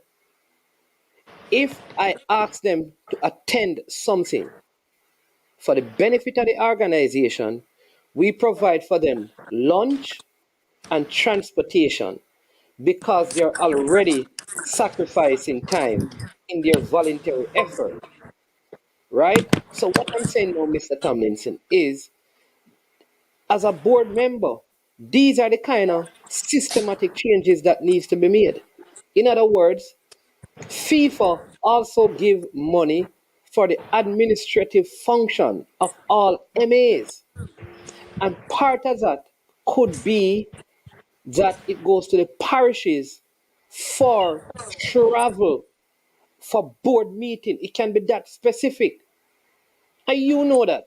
And I know that. That there is FIFA funding available for the administrative functions of MAs. So how are we not tapping into that? If it is so. Well, the truth, there are there are occasion, like I said, the figures that I thought that we get on occasion, and there are more than a few occasions that we have to be made in this sacrifice. I'm just saying that these are sacrifices that I have been made in over the years. No, man, and I agree What with we you, have because here's my issue So- with this. Here's my issue with this. People who operate like that always are going to believe that the system owes them something. Well, I would think that the system owe me. I know why I'm doing it, and I am being elected to serve my parish, and I want to serve it to the best of my ability. It comes with sacrifice, and I prepare to make that sacrifice. It is tough, but I'm surviving. I have my family support. I have friends who supported me, and all I'm saying that within the interest of the sports, based on how you lay it out, you're correct. That's how it should be. And letting from a parish point of view, I would like to, to disseminate these things to my parish executive who has to travel to meeting. The football is not generating enough income to take care of our daily needs. We operate as parish president. We used to get $60,000 per month from FIFA to assist with our office. All right, but that have been stopped for probably 2 years now. Why? So throughout COVID, well, I don't know, but throughout COVID, No, Mr. Tomlinson, man, you can't, man, you're big, you're 20 years ago, and this, and you got FIFA stop give money for help with, and you go tell me that you can't give me the answer there. Better you but we tell me never. that, But the truth to be told, disclose it. the truth to be told, we probably only get that for about 3 years. We weren't getting it all along. No, but if it stopped, there must be a reason. No, you can't tell me that, boy, you're not privy to disclose the reason. If I'm in this for 20 years, and so for the first 10 year or 15 year, there wasn't nothing for Parish Association in terms of administration. Progress has started late that each parish was asked to have an office. Some parishes rent, some parishes still have rent building. You have utility bills, we have light bill, water bill, telephone, and operating a parish association which is not generating income. Yeah. How So, does these parish associations survive? Having youth programs without sponsor. It is tough, but they have to do it. Those who can't get it done are not worthy of it. And there are so many challenges out there. So if you think about it now, that we are going to operate our under 15 program now, right? yeah. We have to travel to the various parishes. All right, I think we're having some more connection issues on the side of Mr. Everton Tomlinson. Hopefully, it's not the end. Listen, the lines are open for those of you who want to. Ryan, I know you said I wanted to call. You can call in. Let's see if we will get back Mr. Tomlinson. I think he's back now. Yes, Mr. Tomlinson. Right. Yeah, you got disconnected a while ago. You hearing me? Yes, sir. Yeah, right. So no, man. So what I'm saying is that I know that FIFA provides some sort of assistance. What I'm saying is that if it has been I'm hearing you. Hello? There is an echo.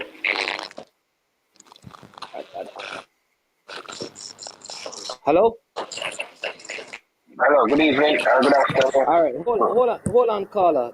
We having an echo Yeah, on I'm the hearing side of you. Mr. Thomas. All right, so we are good now. All right, we have a call. I'm going to just take him, and then we get back to you. This is Ryan. Welcome to the show, Yes, I'm Ryan. hearing you clear now. All right, are you hearing the caller as well? Because I have a caller on the line. Go ahead, caller. Mr. Tomlinson, good afternoon. Are you hearing the caller? Mr. Tomlinson, you hearing the caller? You hearing me? Mr. Tomlinson. Mr. Tomlinson, I think he's frozen again. Mr. Tomlinson, you hearing? Good afternoon. Are you hearing? I think you're freezing. I think maybe it's a battery. You have an extra. We have been some connection problem. Yeah, it appears so. So it's freezing up. So see if you can sign out and sign back in, and then just sign out and sign back in. Just leave and then re-enter, and let's see if I can help to sort it out from my side quickly. So just go ahead and do that. Yes, I'm hearing you. You're here now?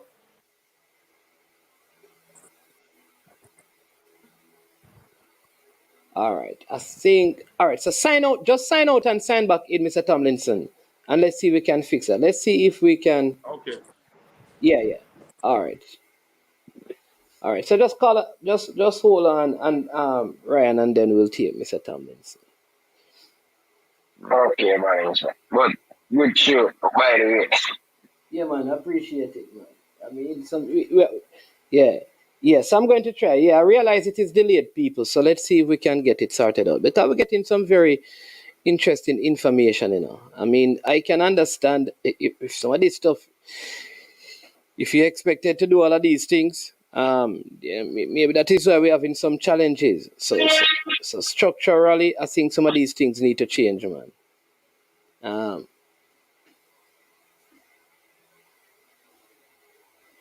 I think structurally, a lot of the things in the football, Ryan, for 15 years, you do all of these things. No financial support from the administration itself. Money is that's changed, Bridget. That's changed, bro. That now get paid, you do it for free. And if you ask most of these parish, they only do football. So all them bills pay, all of them stuff to pay. Probably a businessman then. Strange. But I have a couple questions I want to ask him still, because Yeah, he's back again. I'm waiting for him to come back.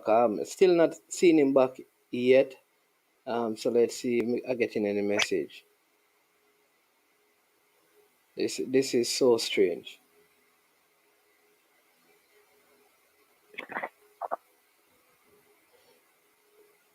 Yeah.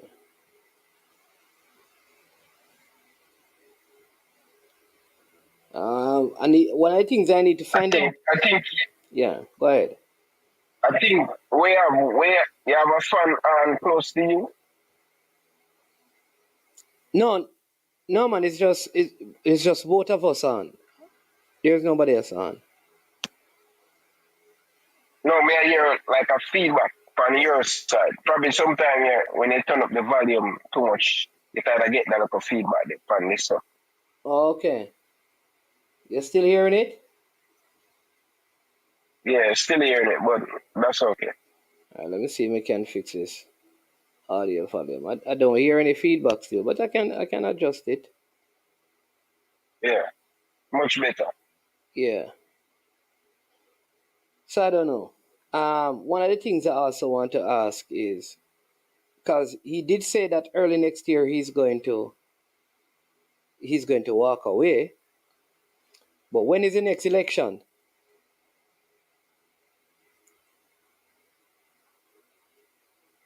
Mannings, you know, notice everybody who come on from the show now, and them last year and never do. Yeah, that's what I want to Everybody find had out. them last year. So I just want to find out is he going to contest the next election, right? And then win it and leave, or if he leaves, he goes, or there is not going to be an election before he leaves. I think we have him back now. All right, you back now? Yeah, man. All right, so we have a call online, and then I have a couple of questions for you because I know we have been on for a while. All right, go on. This is one of the persons who runs a platform. His name is Ryan. Ryan. Okay. He runs a platform called Ryan LFC. All right. Ryan, Mr. Tomlinson is here. Go ahead. So, Mr. Tomlinson, Yes, sir. when you lose your post of the head of the technical committee, Repeat what you said. He's asking when did you leave or relieved, or moved away from the chairman of the technical committee? When was that? What year or how long ago? Yeah. Can't recall, you know. Okay, Can't all recall right. the Let date. me make it more easier for you. Let me make it more easier for you. Last Gold Cup, you were the technical committee last Gold Cup, right? The head, right? No, I was not. Or the Gold Cup before that? The last Gold Cup was in 2020, 2022, 2021. Was it? 2021. Was it? Yeah, what the Yeah. purpose of it? What the purpose of the question there? I just want to know exactly. You don't remember the year when you lose your job at the technical committee, the It's leader not of the a technical job. committee. It's You it's, don't it's not remember? a job. Ryan, remember correctly, it's not a job, brother. Well, no, all right, you get removed from the force. You get removed from the I didn't force. get From the removed. head of the I don't technical committee. Hold on, Ryan. Go ahead, Coach Tomlinson. Explain what happened. what So, about the right, technical because committee?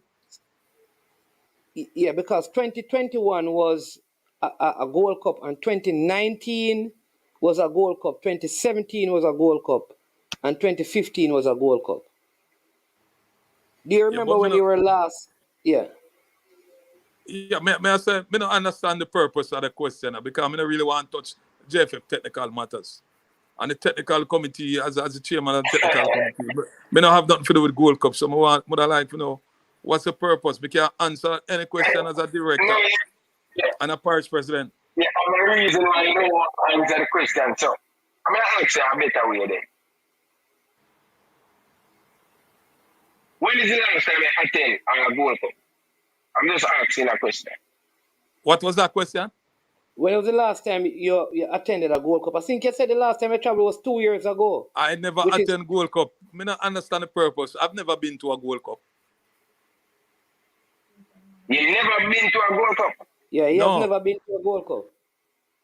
You never been to a World Cup qualifier game Yeah, man. in the Big state. man. If I That's a different if question, I though, get an Ryan. assignment, if I have an No, assignment to may I ask a question? Oh. Yeah, may I ask a question? No, may I ask a question? All right. So what When is? Jamaica played the World Cup qualifier, right? In the United which States. year and which World Cup qualifying you ask me to attend. Remember me no play, I know, so me know there every game, you know. Me get an assignment, so tell me which game you talk about, which assignment I would be on. I only get a director only get an assignment as a HOD whenever the president recommend him. So it's an assignment. I don't know about Gold Cup. So if you're getting into technical matter, I can't answer those questions. I'm not part of the technical staff. Okay, see? So you Okay, want to so you ask? don't All want right. All right. So let me see if I understand. So, all right. In terms of, so we had a World Cup qualifying in that ended. It ended. When was the World Cup? Last year was the World Cup, right? Mm-hmm. Last year, end of the year. Yeah, So there yeah. was a World Cup qualifying. During that qualifying campaign, were you assigned to any other games? The answer is no. Okay, so you never had okay, so you never traveled with the team for the last World Cup campaign. No. Okay, and okay. So you hear that, Ryan? So if you want facts, the last time I traveled with a team on an assignment is a match with the female team in Grand Cayman a couple years ago. That was my last assignment. Ryan, hello, Ryan, hello, caller.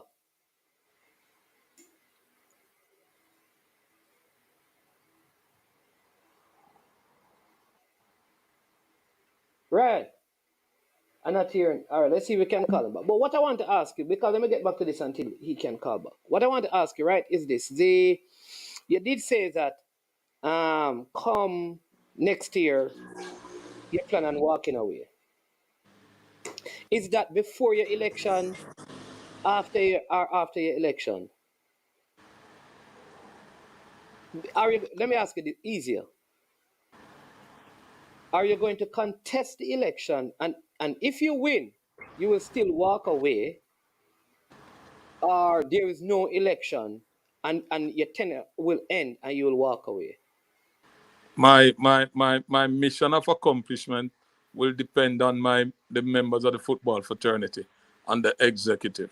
So we will go into the election when the election is due, and right now I am having the full support of the delegates, and uh, uh, um, and if and when the election is called, and they're still supporting the plan in terms of development, I would spearhead it and then hand it over to to to the person who I think is more suitable of continuing the leadership in terms of the whole development and progress of Okay. football throughout the parish. All right. Let me see if I can paraphrase for the people out there. All right.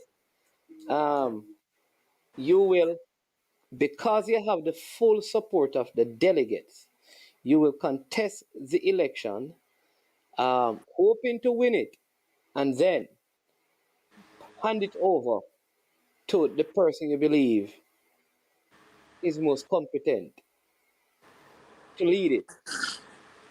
Yes, right now as it sits, I don't think the delegates and the people who understand are a part of the plan would derail this plan. Okay. All right. I have a The next plan is not question. about me. No, the plan is about the betterment Yeah, and man. total I'm not development of getting to that. sport. I just want to know. I'm not talking about the plan of accomplishment. I'm asking about the plan because you did say you're tired. And I'm concerned about your well being, because you have been doing football and sleeping and dorms for a very, very long time. So if you're tired, I'm thinking, like, why go and win an election if you're tired when you already have somebody that you plan and giving it to? The the, That the, is the, the, the persons are still in the process of learning, grooming, and when the time comes, it will be handed over. no, but listen, all right. So here's what I Can't say. drop the people in pan and face, brother. Remember, No, I know no, in no. addition All to right. me, I tell you, say the people are the Yeah. ones that I'm mostly All right. concerned about. So just follow my process. I think very, very basic. One, Yes. then two, then three, then four. Go Right? ahead. So, all right. So here's how it works. Number one, you believe that when you win the election, if you win the election, having had the delegate support, you are going to hand it over to someone you believe is competent. That person is already there, and you know them. So if you plan on leaving early next year, and you plan, that means you identify the person already. So whether you win, when is, let me ask this question first. When is the election due?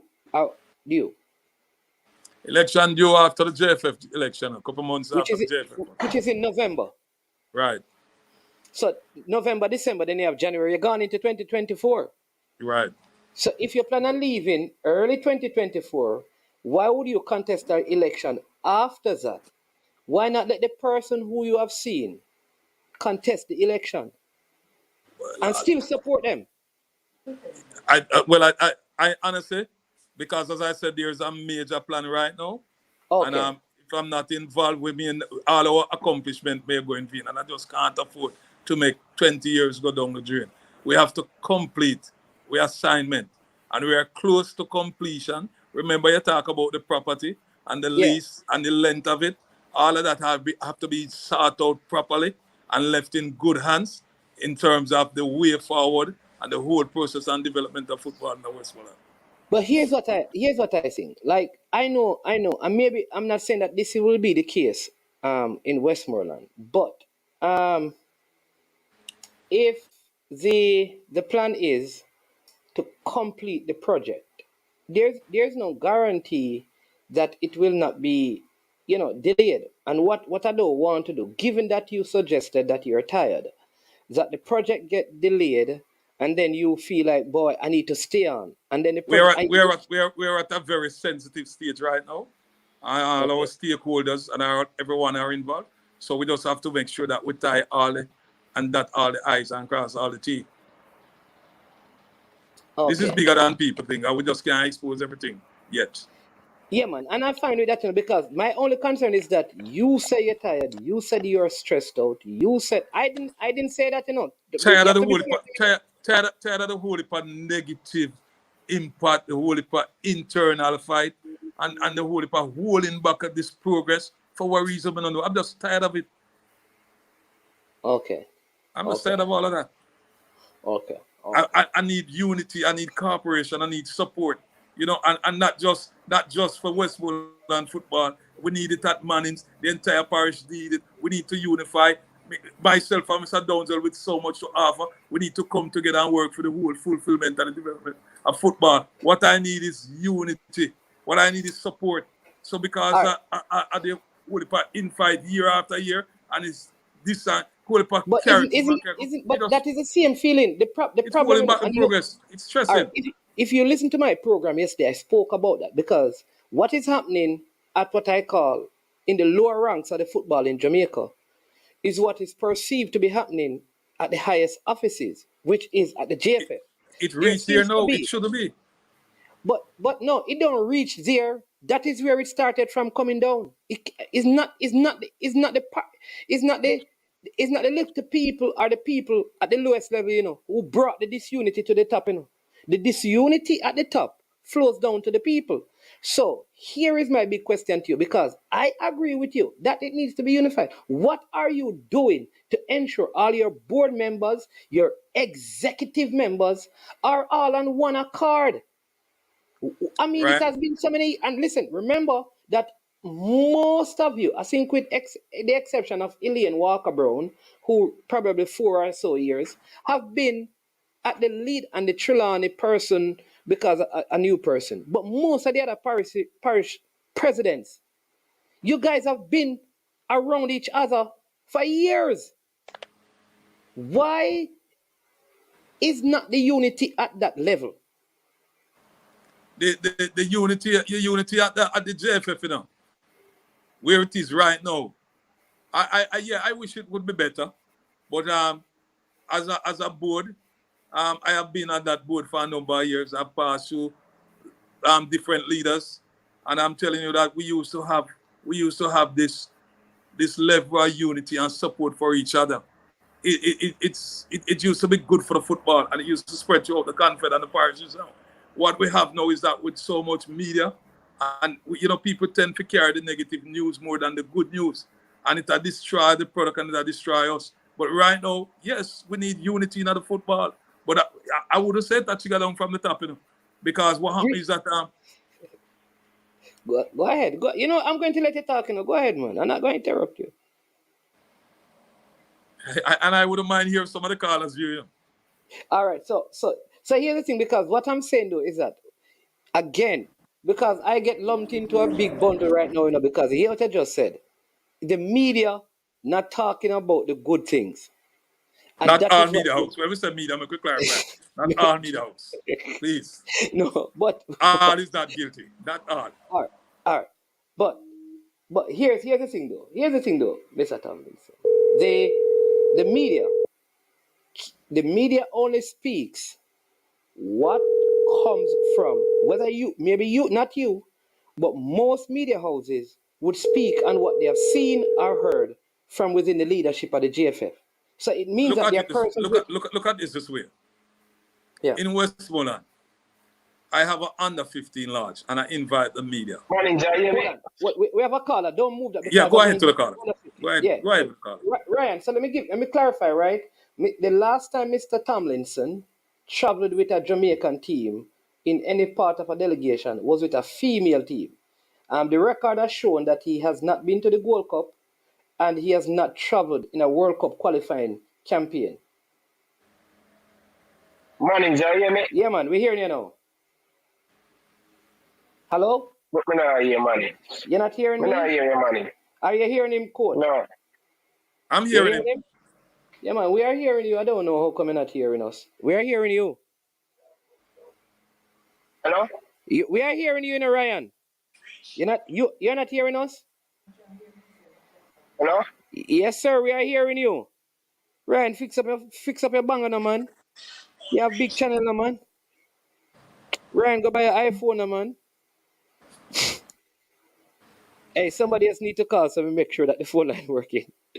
Right. Yeah. So that under 15, right? Yeah. Isn't it your public relation person who is supposed to come out and talk about that?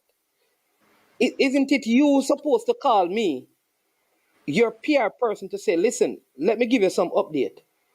If you want to put the good news out there, because when there's bad news, somebody else is sharing it. Ryan, LFC. Hello? Hello? You hearing me? Hello? Yeah, we are hearing you, man. How come you're not hearing us? We are hearing you. Hello, we are Hello? everyone is hearing you. Hello? My name's man phone, man. All right. Somebody else, listen. Let me turn off this and turn it on. I don't know what is going on with Ryan. Hold on a second. Let me see if I can help you.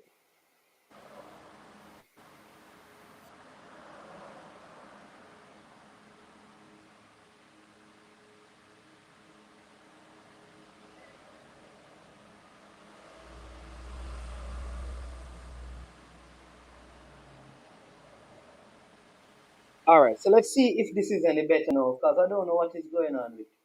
Um, let me see if this is Peter. Yeah, I just called to let you know that your phone line working fine. I can hear you loud and clear. Okay, all right, So the problem is on Ryan's end. all right, Yeah, wonderful, and we are hearing you. All right, thanks, Yeah. Peter. yeah, man, cool, Yeah, cool. man. All right. All right, all right. So, isn't it your job though to propagate the landscape with the good news? So you have another 15. I think it is a Singular Foundation, Hamilton. I Right. reached out to him when it was launched. I reached out to him. He was supposed to reach back out to me through Rosalie, so that there could be update. I just saw, for example, same thing we spoke to Wayne Thompson. He has sent information about what is happening in the Portland League with the under 17. We have people. I even went as far as saying to him, listen, tell me when are the feature games, and maybe we can have somebody come and do it. But yet, your job is to get your executive team, your executive arm in the parish to highlight what good is going on in Westmoreland. You can't blame the media, to say that the media is not doing this. The media has to speak what sells. Understood. And yeah, so you have to take it upon yourself now to say, listen, this is what is happening. Let's talk about our under 15 tournament. You understand what I mean? Because the media is going to do what they believe sells. But the truth is, Ryan, Hello? yeah, we are hearing you. Hello? Hello? Hello? Hello? Yes, sir. What is going on with this man? Hold on. Hello? Yeah, man, we are hearing you. My name. All right. Let me see if I can get him on the next way. All right. You understand what I'm saying, though? But the truth Yes, is sure. that I don't know if you agree. You can tell me what your thoughts are. But nobody can hear the details of what is happening in the federation unless someone from the federation cheers it. I agree. If you have an executive meeting and you owe somebody $10 million that you don't want anybody to know, and all the media houses know it, you can't blame the media houses. You have to blame the person who is communicating the information. Totally agree with you. So what needs to happen is that within the organization, you need to have a communication system so you control or manage better what goes out. There are many churches. I'll give you an example. There are many churches where the things are happening in the church. They're not right, but you don't hear the members going out and talking about it. So you can't put what them say milk in front of the cat and then blame him for drinking it. Hey, you're correct, right? You're correct. You're correct, Senate. You're correct. But we're working on it. It's work in progress. Yeah, it's work in progress. It's work in So, progress. so all right. So fine. So and I understand that. So let's get back to the core. But I know you can't. How do you make? I mean, Jamaica's football from a national level. How happy are you How disappointed are you with our football right now? Where we are right now, Yeah. the truth is that if we go back to 1998 when we reached the World Cup, when we qualify for World Cup, I am always of the view that our grassroots program need to be strengthened. Where we are right now, it's really sad because the rest of the world, the Caribbean country, the smaller country, have catch up with us. We have not made progress. Where I see we're heading now, I am not satisfied. I am very disgruntled. I think we're going down a path now that will lead us to destruction in the football world What because path? Can you be more specific in terms of what path we're going down? Is it how we're playing? Is it how there, we're there, there, there, coaching? there, there, there, What there, it specific? seems, it seems to me that it seems to me, and this is my opinion, that we're looking at the business side of football. We're a very ungrateful nation. We forget things easily. We don't remember where we're coming from. We're going to be punished, just like West Indies cricket. What we have seen, we don't remember that in 1998, when we qualified, the program was different from how it is today. All right, we have a caller calling. Let me see if I can let me see if I can get this caller. Welcome to I Am Sure Sports. Yeah, man. Big up yourself, man. Oh, Coach Milsy. Welcome, Yeah, Coach man. Big Milsy. up yourself, Sir Tomlin. Tomlin. My Yeah, man. brother, blessing. Yeah, man. Big Blessing up to you. yourself. Ryan, big up yourself. Yeah, Yeah. man. So, Big up yourself, coach. what I hear you talking. I hear you talking, Sir Tomlin. I hear you talking that the football is heading down destruction because of. I am suspecting that you're saying because of the new wave of what is happening now. The talents coming from different parts of the world. And the people are ungrateful because of what has been done at 98. But we can't do this thing the same way, Sir Everton, and expect a different result. So we got result in 98. We tried it after, and it's not working. So we have to approach it differently. Now I agree with you, some aspect of it, yes. Right, and you're saying that the grassroots program and the football is heading down a slippery slope. But isn't the president of the different federations to be blamed for this situation, sir? Because you would have been given leadership to different federations to develop football, to implement grassroots program. And if it is going down a destructive end, then you people are to be blamed. I agree with you there. Right, so you can't really shoulder the blame on the new wave, so to speak, that is happening now. What are you doing about the entire situation to ensure that there's growth in your parish? What are the other persons doing to ensure growth? Some parishes no football is being played. So the federation heads have to I don't know if a parish that no football no play. What sort of football? It doesn't matter. Some people now have a grassroots program, so the football is underdeveloped in some parish. I am saying the federation head has to take responsibility for such happenings in football. And I was watching the program from its start, and you say you give yourself 20 years, sir. Have you accomplished some of the tasks that you'd have accomplished for over that 20 years that you have been in office? Yes, sir. Most of it. And you would have highlighted some already, right? Yes, sir. My manifesto from... Go ahead. Yeah, man, I probably have to listen back that part of the program. I don't want you to rehash or regurgitate what you have said. But what I'm saying is that the federation head has to take responsibility for the development of football in the parish if each man clean up their yard, then definitely the entire football stratosphere will change in the country. Yeah, man, and based on that, I agree with you 100%. Totally. So what we need now is some pragmatism taking place, Mr. Everton, so that the football, because the people love football to an extent, and the people like to see when the national team perform and beautiful football playing in the country. So whatever the federation head, these you board members have to do, we need to sort it out. I agree with you 100%. I agree with you. I agree with you. I Coach Minzy, thanks for that, Yeah, man. because he actually. I agree with you. I am going to challenge you. Suggested what he was saying, I am going to ask him to tell us what he's saying. So you just listen out, because I am not going to tell him what I think he's saying.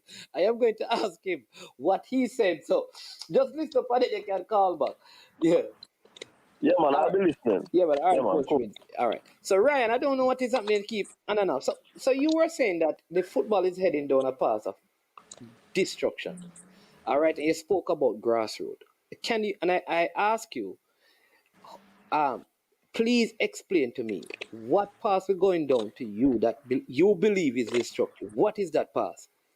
And Coach Minzy just suggested it's about the recruitment, and you say you agree with him to some extent.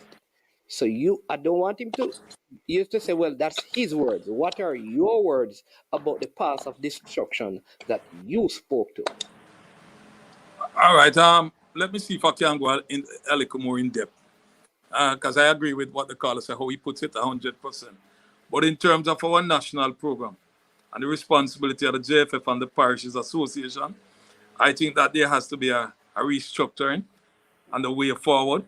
My opinion is that we are a nation. We depend on the schoolboy football to develop our national program, and there are cries out here that schoolboy football can't bring our national program.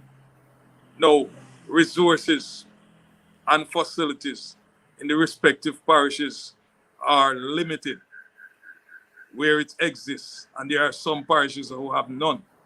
Bear in mind that the parish association has little or no income. Now, from a national point of view, I believe that the JFF, the federation, need to restructure itself. If you look at the comparison between Kingston and the rest of Jamaica, you'll find the difference. In my view, the difference is resources. From the grassroots level, we need to implement, and most parishes implement youth program, but it's not vibrant enough. We depend on club with resources is very scarce. The government of Jamaica has formed organization in terms of SDF, TS, and some other financial organization. The parishes are not getting enough assistance. We are more political rather than dealing with the whole development of our people. So if we look at it, if the government through SDF, SDC, look at the parishes, there are 14 parishes in Jamaica, combined with the Jamaica Football Federation, and has a plan to build and develop football from grassroots level. So you put in a proper facility at least in one parish every year, every 4 years. You start with a primary competition because the schools and the primary and the basic school already have infrastructure, right? So if you can start the development through the schools, when it reaches to the community, allow the community to limit the amount of clubs where we have scarce resources. So in one parish, you want to have 30 clubs playing what level of football? No youth program, right? Mostly corner league. The clubs that are playing Premier League are being forced to have under 20, under 17, and under 15 competition. Every year, from I Am in Football, the JFF used to sponsor a parish under 15, boys and girls competition, boys at parish level. Then it moved on to the Confed level. Then it moved on to the national level. The parish is responsible. The parish association have volunteered in terms of manager, secretary, treasurer, president. So they have an executive body to manage this product at the parish level. A club playing a major league wins the major league. The club have one man as a manager, the man as a president, the man as a sponsor, the man as a coach, and therefore him have 20 odd players. At the end of the season, he end up with probably 7 players leave, some transfer. No youth program. The parish association must be mandated to take full responsibility to have parish team at our level that will be supported by the business sector within the parish, the politician, the church. And if each parish association manage one club, assist one club properly, and that club can have every program, competition between the respective parish and a national level every year. When the talent leave school, when the talent grow in the community, grow into that parish, and then grow into that club, then I think that that's where we can see total development for football in the island. That is my view. I think that's the approach we need to take. We are just spreading the little resources far and wide. At the end of the day, we have competition and no real growth, no real development. All right. So let me see if I can understand what you're saying. So you said that they need to limit the amount of teams in each parish. Yes. So like Westmoreland, how many teams realistically should operate in the entire Westmoreland? Just quickly, let's just go through. I think we need to have one major club, and then we need to Westmoreland, have other clubs that is like a filter, a feeder club. to the big Okay, club. so you believe that every parish should have one major club and the other One clubs are major like club. feeder. Right. And that major club have male, female, under 20, under 17. And land spaces for have more than one field. And have more than one field. But each Right. parish, so your proposal is that Jamaica should go to a model where each parish have one major club and all the other clubs become feeder clubs. Yes. All right, cool. But that one major club now must be the business sector, the Start with right? one. Start with Huh? one major club. Start with one. Start with one major club. Okay, all right. We can work with that. We can work with that. All right, but that is long term. So right now you said that we have scarce resources. So you know that because we have scarce resources, it means that the development of the players is limited because we don't have the resources to develop the players. We not manage the resources well. Who not manage the resources well? When I say the people in football, we're not managing our resources well. Which people? And then we want to. Who are the people you're talking? Is it the clubs? Is it the federation? Is it the parishes? Who is not managing the resources well? All of us in the sport. All of us in the sports. All right. So because you believe hear this.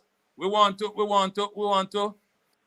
to copy what the Magla or what other countries are doing. Mm-hmm. But if you look even the MLS, the US come with an MLS.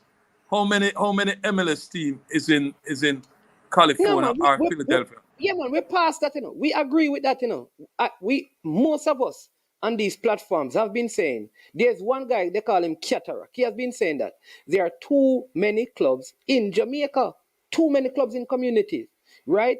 So you need to have, we agree that we should have probably, I don't want to call it franchise, but that kind of system where one major club play everything and you have amateur leagues and feeder clubs. We agree with that, right?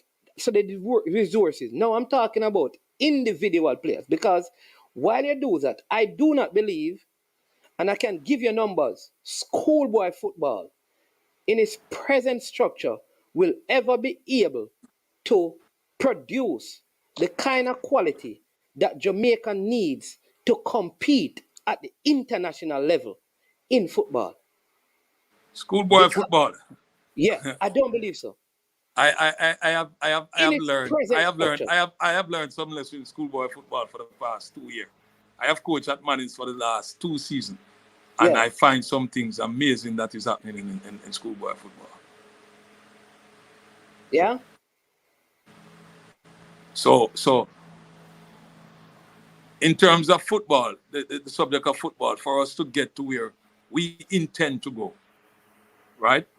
Now, if we look at schoolboy football, it will be, it was really challenging at Mannings. It's really challenging to compete. But if you look at the program, and if you look at a program like Jamaica College, which to me now it's a muggle. But is it the right muggle for our country? when you allow a school to bring in overseas player to compete against or with players from Jamaica, is it that I think that winning is what we are trying to achieve in terms of with the Yeah, what's it the is word now? obvious. Of course. Yeah, winning. Listen, and that is how it's going to be. Winning takes precedence over development. So that is why we can't develop on schoolboy footballers. So that is why our under 20 team, we need to have players who are playing professionally. If you're not playing in the Premier League in Jamaica, right, you should not be playing in our under 20 team. You have to be playing in the JPL or higher to be playing in our under 20 national But team. what if we get to what if we get to a level that we have the clubs that is properly structured? If we have, say for E- example, at least one club in a parish, as I said No, before, no. and it has a If good, that, you have a good under yeah, 20. man. There you go. If what you're suggesting is that if we had, say, a Westmoreland FC with a fully run developmental program from youth level all the way up to the senior level, we would.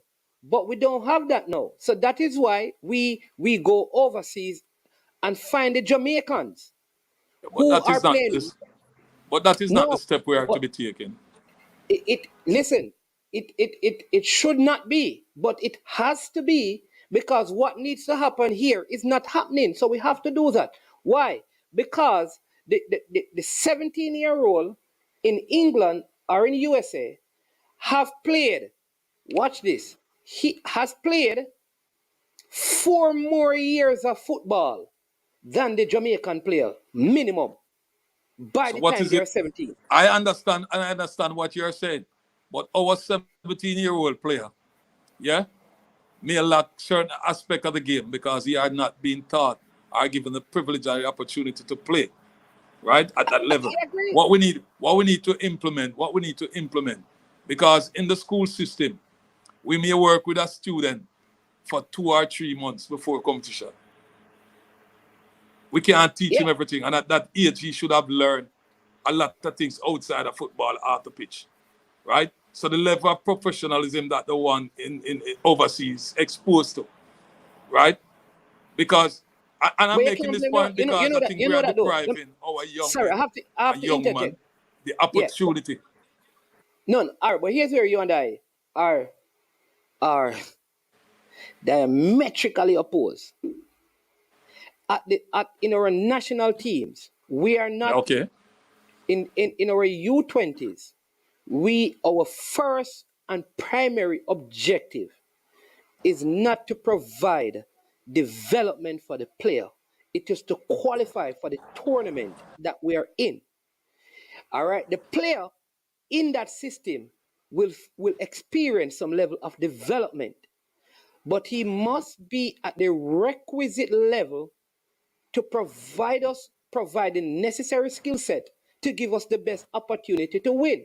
And I cannot blame the youth who, because his mother or his father chose to move overseas and he has way more playing time, I cannot say to him that you understand me, you don't deserve the I would never opportunity. say that. Yeah. Okay, In fact, is that what you're saying? I am in total agreement with you. okay, there you go. Yeah, I'm total agreement with.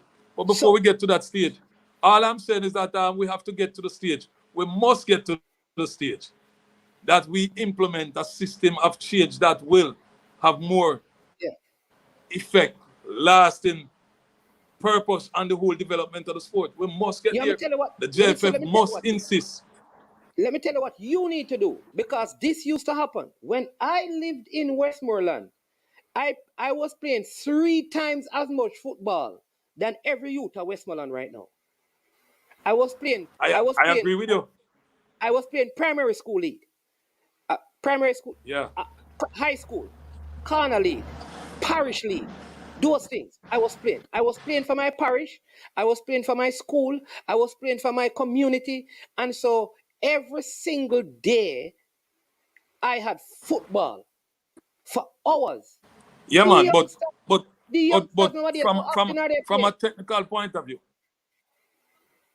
Them only play 3 months of high school football. All right, so I'm speaking now from a technical point of view. All right, so you used to play games, yes, and I agree, yeah. My point is that before you play primary competition or during primary competition, what is it that was taught to you then, right? You were coached or put out here to play and win. So the educational part of the football, you did not learn that. You start to learn that later on in life. Hey, So we're doing things the opposite way. If you say that, if you say that right now, if you say me that I learned for winning, are you going to get blame on Wendell? I'm asking you. No. I'm asking you Oh. what you do in Premier League. No. You clarify that for me, because the point of me I try to make a child now in the Premier League, and that competition not good enough. That competition not good.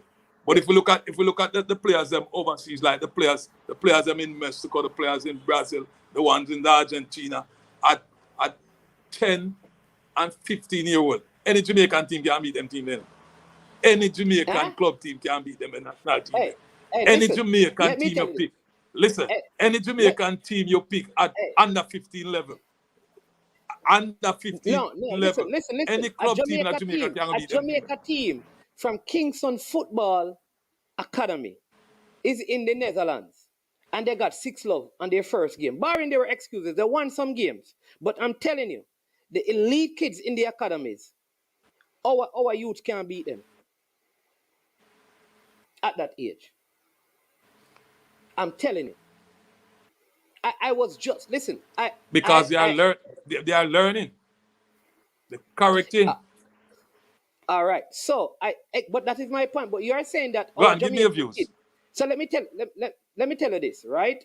So I was coaching some academy youths, and these players at 11 and 12 they play 11 aside, right?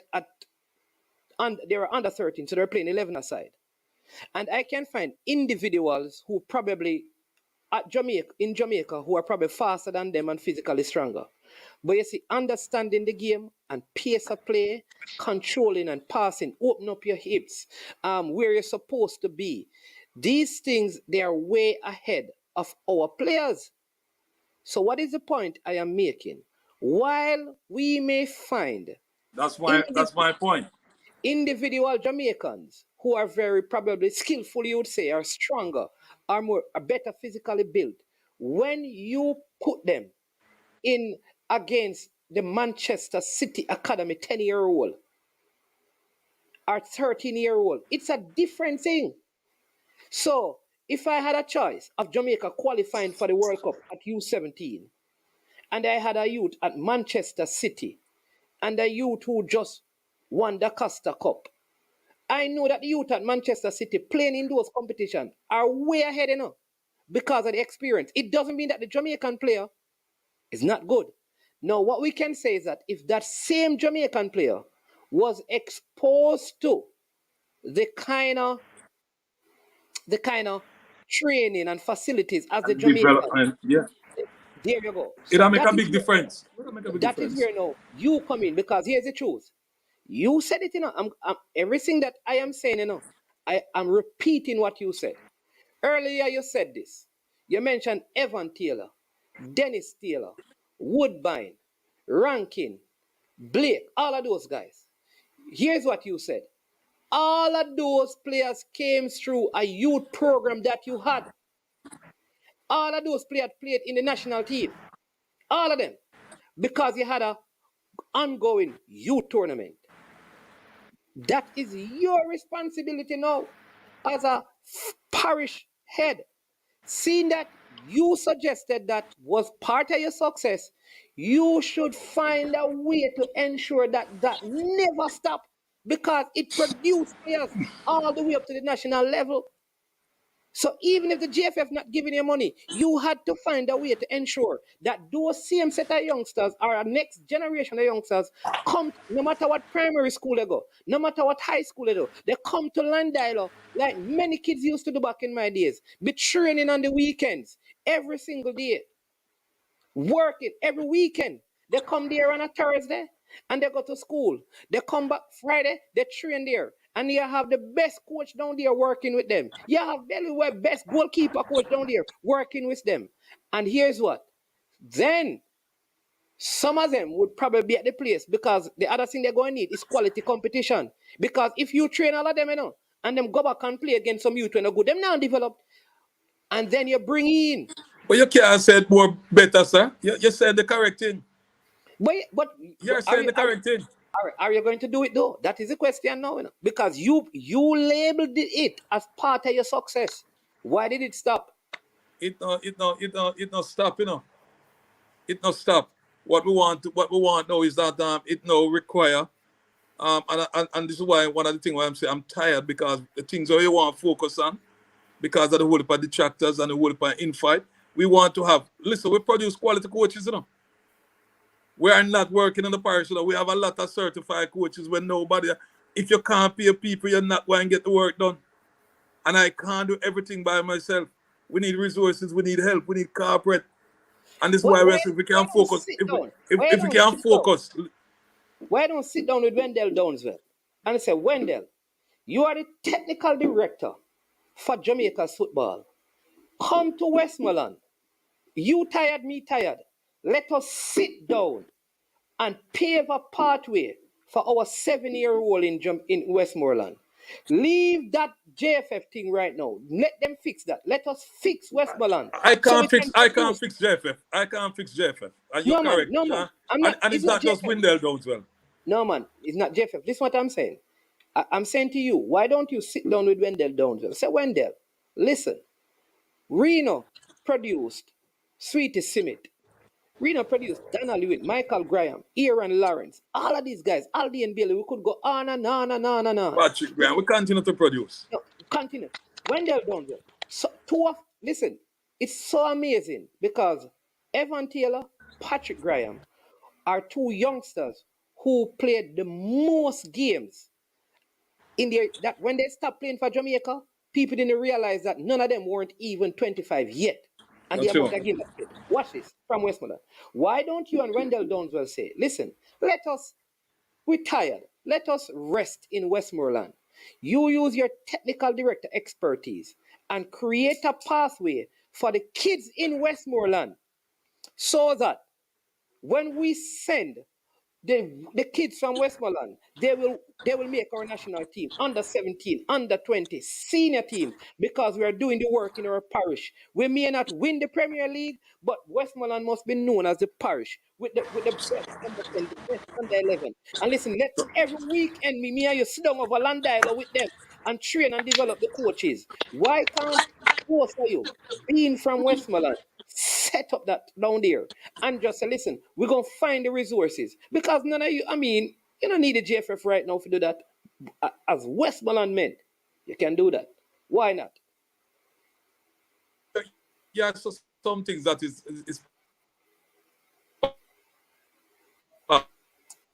you're freezing up. You're freezing up again, Mr. Tomlinson.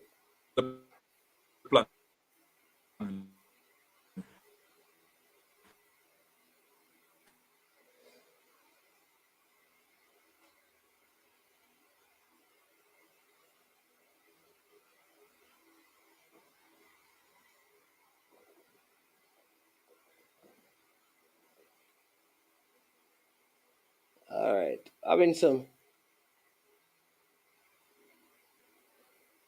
technical difficulties again. Listen, I have a guest in the back. I sent you a message. I'm not sure because he's from Westmoreland as well, So the link was sent, but I'm not sure, and he's in Holland. So I'm not sure if you're just watching or you want to be a part of the discussion, So let me know, and I'll bring you on. But Coach Tomlinson seemed to there's an issue with it. So I am saying, people, my suggestion that why not work in your part? You're coming on. I don't know if you're coming on, I don't want to add you, you're not coming on. Are you coming on to the program, or are you just watching? Because you're on the program now, Or are you just watching? You have to unmute. You have to unmute yourself. I'm just watching, man. I just came in off the road with the kids. They just played 2 games and a bit tired. But I saw that you guys were online, so I decided I just want to tune in and watch what's going All on. right. So Mr. Williams, you are in the Netherlands now with some Jamaican kids. Yes, sir. How do you compare the level of play with the Jamaican youth and the best youth in the Netherlands? Um, to be honest with you, the level is way, way different, more advanced than what's in Jamaica. I mean, I've been to quite a few facilities here. Played against the boys have played against teams from different area: Belgium, France, England, Germany. They have been exposed to different type of weather out here. I mean, the level here is way, way, way more advanced than what we're accustomed to back home.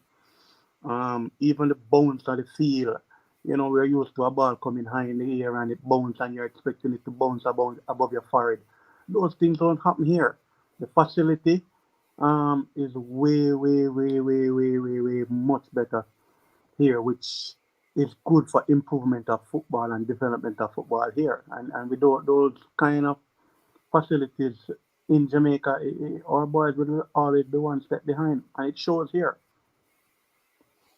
Boy, I'm glad that you're saying that to me. Listen, what is your take on Westmoreland football, though? Because you're from Westmoreland as well. We're getting a little feedback, but let me see when I mute. Hold on, don't no man. Yeah, I think it's fine now. No man, it's all right. No, not to worry. It's good. It's good now. So I muted you and then when you talk. All right. You are in Westmoreland. We have been talking to the parish president. What is the state of Westmoreland football from where you're at? Because you and I play together and football is a far, far place. No, we travel to the national stadium, play competition and all of these things. You understand me? Um, Talk to me about your own, views on football in the parish. To be honest with you, Stinnett, I have been around. Mr. Tomlinson used to coach me back in high school, and growing up not being a part of football, I used to just like when I stopped playing football. My last call up to the under 23 program, when Mr. Sumoes was here, and I got an ankle injury, and I decided I don't want to be a part of football. I used to hear a lot of things, people used to say a lot of things about Mr. Tomlinson and saying they're all negative, and I didn't know the person himself. So, of course, you're hearing things, you're believing things because you have not seen otherwise. But being around Mr. Tomlinson and watching the development of football, I think there are things that still can be done because I've listened to you and I've read some of the comments that are there, and persons might say that because I am now his assistant, I may say things, but the thing is this though, where Mr. Tomlins is coming from and what he's trying to do. If there's no financial support, it is hard. And you mentioned it that you spoke to Mr. Hamilton, which has been a very big financial supporter of whatever program that tries to come. Yes, we need to do more. I believe that primary school football should be reignited in the parish. I believe there's other levels of football, even the under 15 that's implemented now. I'm not sure if there's a sponsor. I'm not aware if there's a sponsor. But without a sponsor, it garnish good for football because I'm now seeing so many. I didn't even know there were so many communities in Jamaica, in Westmoreland, that was interested in participating in this competition, and it has opened my eyes to so many things because I've seen so many talented youngsters in this. Now, with this being one step forward, where does Mr. Tomlinson get the financial support from to do like a under 17? Where does he get the financial support to do like a under 20? Even a primary school, let's go lower. You mentioned under 7 because I am here in Holland right now, and there are under 7 leagues here. There's under 5 leagues here. As a matter of fact, I went to PSV, and while at PSV, I observed that PSV have 11 teams. and these are 11 under 11 teams. If you understand what I'm saying, Yeah. and if we are not at that level where we can have a under 7 or put it at under 10 competition and garnish, say, at least in the parish, 10 teams, 10 primary school, prep school, whatever schools they are, combine them. And from that, we can now pick a parish, you would say, invite 12, maybe not to play in a competition, but to develop. Then, I mean, we need, the football needs a lot of help, and there's more that needs to be done. Okay. Okay. So you're saying that the primary. Uh, uh, all right. I find it hard because I believe 20 years ago, When you 20 and years, I played, right? more than 20 years. Money, yeah, well, yeah, man, but 30 years ago, money was very hard to come by. And these leagues Yeah. are still being played. There are more businesses now, more financial businesses around these areas, and Hmm. and and more people are making profit. And we can't get the same competition at the primary level going. But we have a caller online. Caller, welcome to I Am Sure Sports. Good afternoon. Good afternoon, sir. Yes, you're live on here. I've been Go ahead. listening to, yes, thank you very much. I've been listening to Mr. Tomlinson, and he speaks that the main drawback he has is funds. Now, and then he speaks about having the kids at Manning's for only 3 months. But he should be a little bit more creative. He should think of having the kids or some of the kids at Manning's for 12 months each year. He has to be engaging the teachers, the administration of all these schools across his parish, and identify students who may, who may not be interested in other sports, who, but are interested in football, to stick together and train them throughout the entire year. But he also has to make sure that the people in the physical education department are trained in the subject of teaching football. They have the psychology already, as I mentioned some time ago, and they have the methods. They know how to impart knowledge. But some of those teachers may not even know how to kick a ball properly. So you have to give them that background education. Mr. Thompson must engage all these schools and get the resources to come in and teach these people how to teach the game of football. Can't throw up his hand in the air and say he hasn't got enough money. He doesn't have to spend a dime to organize the things in each school to put the kids together. Hasn't got to spend a dime to find the school football team. So he can do that. And out of that, he can build other things. Now, we have all these hotels in Westmoreland. We have all these business people in Westmoreland. But he has to come with something viable. He has to start somewhere and say, look, I have all these kids in all these schools at this age that are properly taught because I've developed all these persons to coach. I want some sponsorship to do X, Y, and Z further. In other words, he turns up with the background thing. Now, Mr. Tomlinson is a man I know, I have watched him and his team at Manning's. And as you know, I'm a Manning's boy. And I refereed in down there in Westmoreland also. So I know what is happening down, at least I used to know what is happening down there. And you when BIM had that good team down there, that Reno team. when Mr. Downswell and himself and the rest of them were all playing football. These things can be done, but you people have to be creative. You cannot have so much resources where you don't have to put out a dime and you're not maximizing on it. All right, so I'm going to let Mr. Tomlinson respond to you. This is Carl Wallace.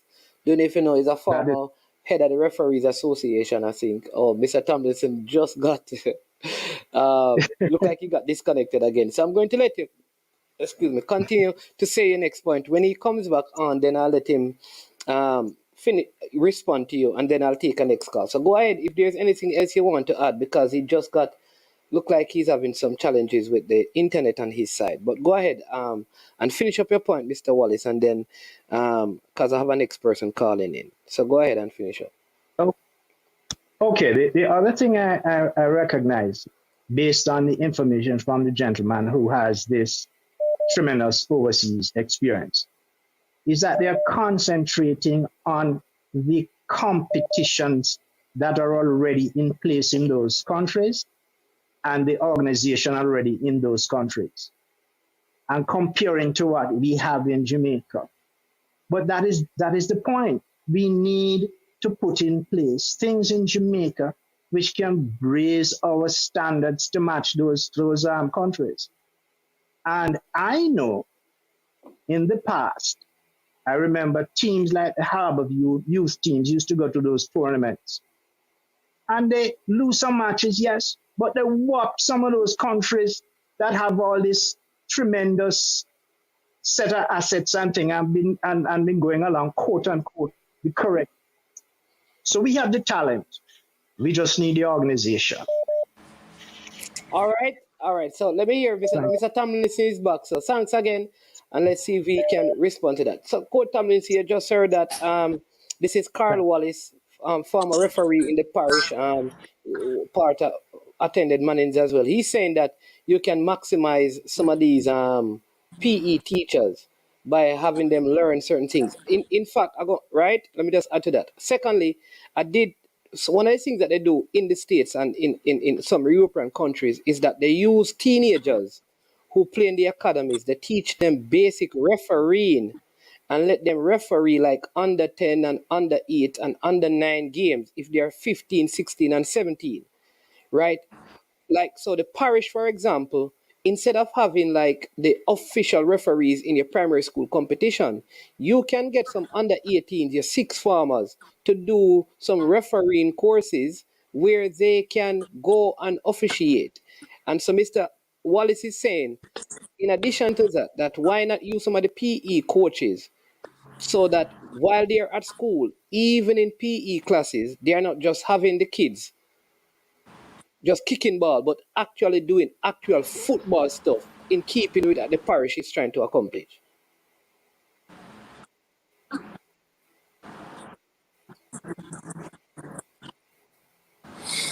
All right. Yeah. I am in total agreement. We have tried that approach, and we intend to strengthen it. We have some challenges as it relates to primary league. We used to run the primary league, and it used to be of huge success. However, the primary school has broken away. They formed a Westmoreland Primary School Association. They took over the sports. They run netball, volleyball, and football for a couple of years. The Institute of Sport has been one of their supporters. The parish have no in-sport officer at the moment. So there are challenges when the parish try to do some program, but we have competition. We have other entities trying to compete with the association instead of us working together. It makes it a bit difficult. So we are still trying. But I am of the view that until the day when Wendell Downswell, Clive Wedderburn, and myself can come together with the same objective of developing the programs and sustaining the program for the betterment of the kids and the citizens of this parish, then we will not be able to accomplish all that I have set out. Because their input is needed. I alone can't do it. And we are presently working with the youths in terms of, we started the under 15. We have kids that are officiating. We have workshop for them every Sunday after competition Saturday. So we have some female students between the ages of 13 to 16-year-old who are learning officiating now. we have a few 17 to 18-year-old who are learning. And in fact, they are getting the theoretical part of it and the practical experience by officiating. Yeah, man. All right, we have a call online. This is Solji from England. Welcome to the show, sir. Yeah, welcome. Hi, good night. Good evening to man in Jamaica, man. You know that time. Yes, Soji. Yes, King Virgin na Alan. Yeah, bless up. Yeah, there, listen, man, you touch some very good point because I am familiar with Westmoreland, and where I look at, if back in those days they used to have so much help, because in those days I know if the drink, well, I don't know if he was the president at the time. You did have man like Ruslam and them, I know who'd go. You'd have with Jackson them from the grill and those type of people. If you go to those type of men, they would really come and help you have up in Darlistan and those places. You have people from Sheffield down in Brighton. So we have those fields where those kids playing football and those kids cool there, local London and those days. If Mr. Everton, you was the coach of Manny's one at the time? You was the coach of Manny's man? No, he's still the coach. He's a coach. Yeah, man. He used to coach Manny's before he stopped, and he's coaching them again. Up to last season. Okay, yeah. But when I look and see, so many talented footballers was in Westmoreland in those days, and the coaches who used to coach Mannings back in those days really never have a vision, because I see Emerson Henry, they come and take the ballers them from Savlamar Secondary, Green Jill Secondary, and all those things, and go and farm Rossi's team. And Mannings and Froome and Mannings, they stay in place in that area and never have that idea to take those skills. All right, Soji, but let me just after a couple of things, we have to stop you right there and then we move on. Come, I have to give some clarity to this.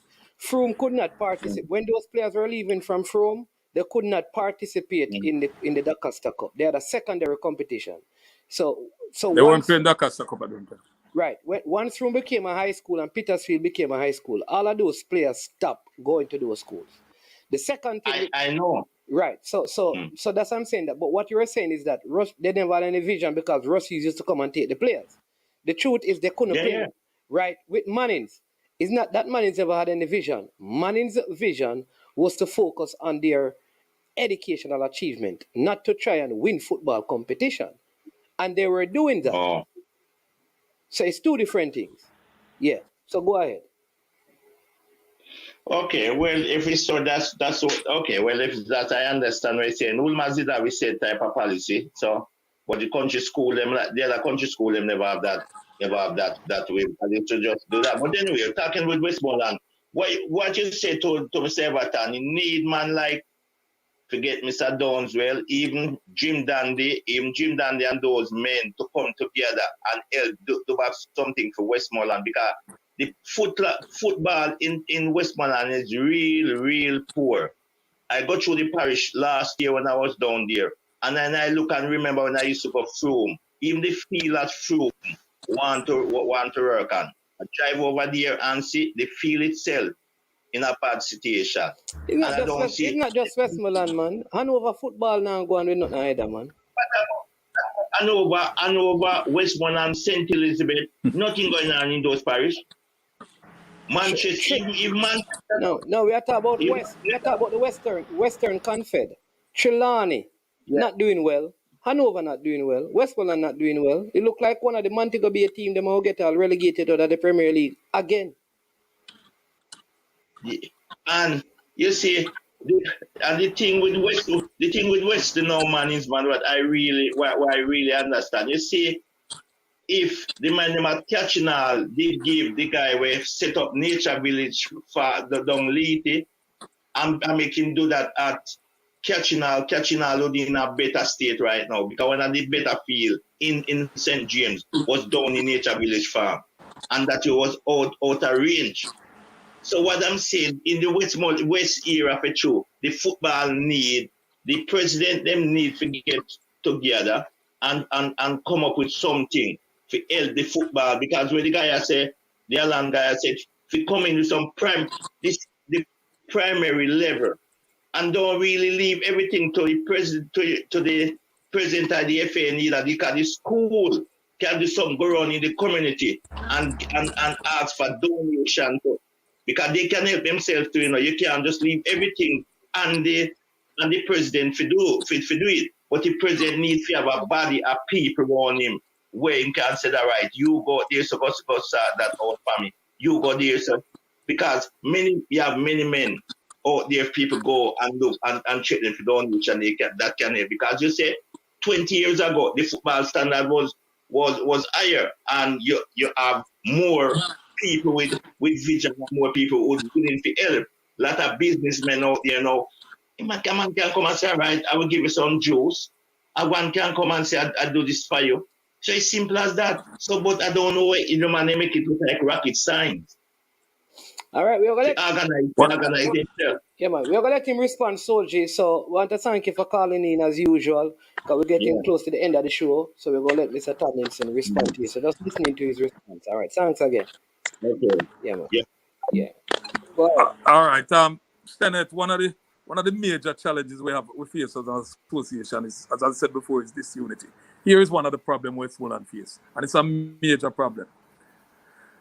We have people in the football fraternity who are in the business of football for their own personal development. Say that to say this. You notice recently there was an under-17 competition in the parish. So if you go to the parish, you'll find a number of competitions, they call it Corner League, where persons decide to contribute to the development of football, or they approach some of the so-called stakeholders. They don't bring the information or the resources to the office. We have people operate football illegally to gain financial assistance for themselves, and we're talking about people in the football. So when it comes to the total development, the blame always a point to the office, but the office not aware. They use the regulation and the rules of FIFA. They use the referees. They use everybody and operate illegally. It's trend through the parish. I hear the caller mention some name out of Negril, and I know business people want to contribute. How do we sell this product? We have an office, we have affiliate we try to reach out to. As I said, the primary league, them farm one. People take it, teachers take it and organize it, and everybody. At the end of the day, the footballers suffer. And at the end of the day, when I speak, people say I fight against. I can't fight against a product that I want to be the best. If people decide to... Yeah, but let me just ask you this before. Why would people want to run under 17 without the FA? People want to run primary school competition without the FA. People want to run all of their competition without the FA. And you said that they are football. But why?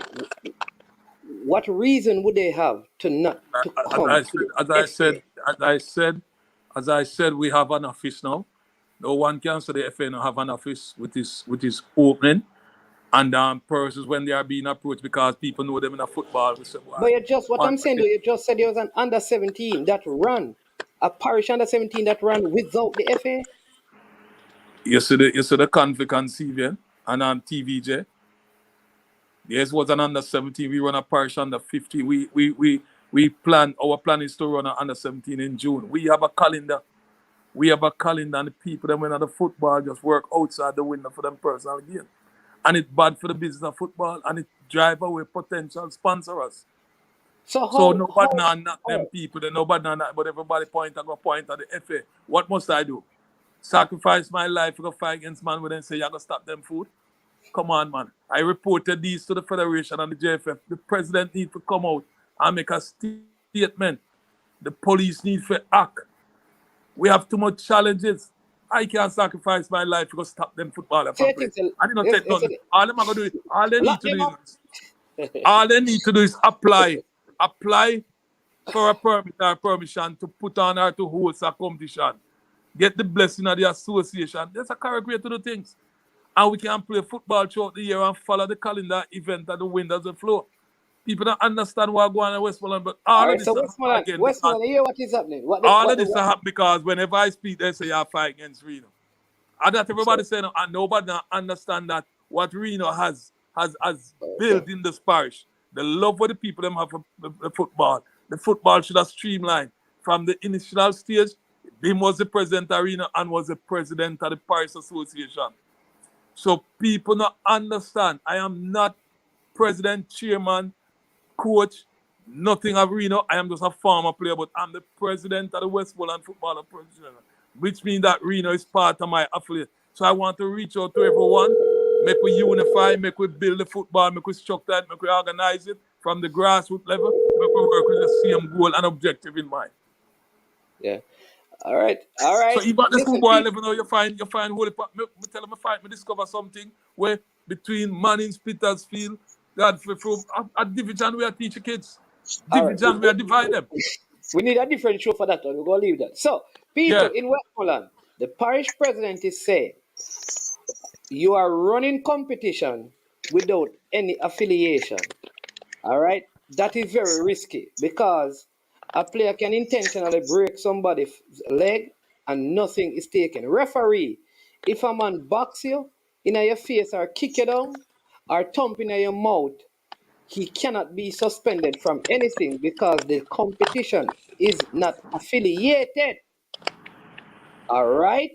Want to understand that where there is no affiliation, there can be no sanction.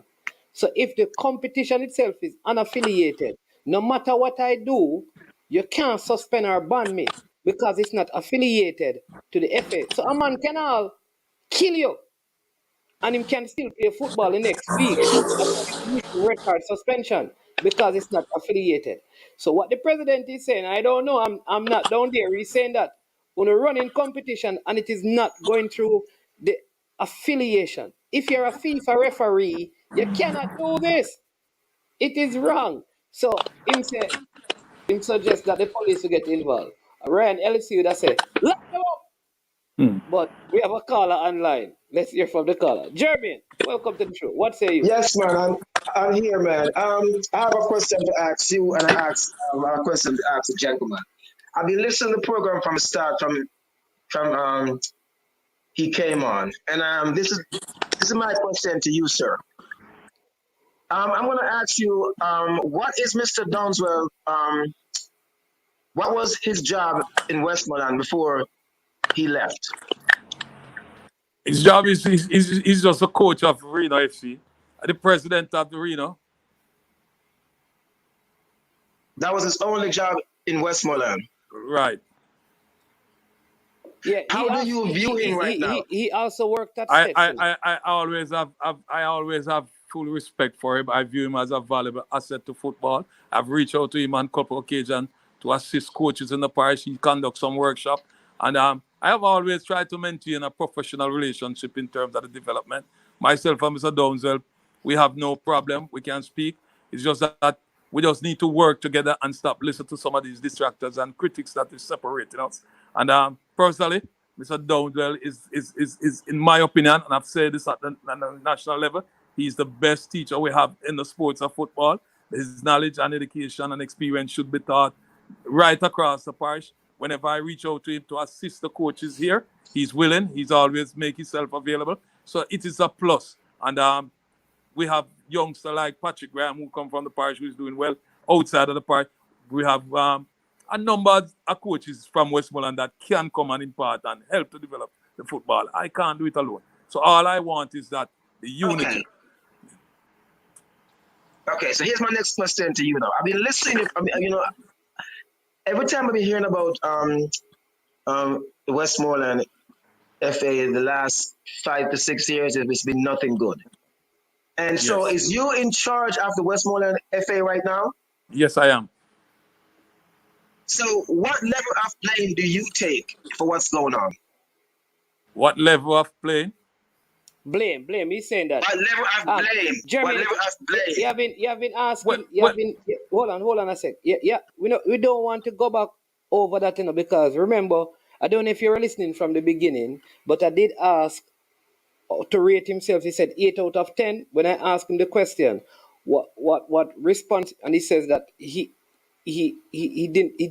said that he wasn't responsible for some of the things in the football. Okay. Yeah. So we went okay, I didn't hear that.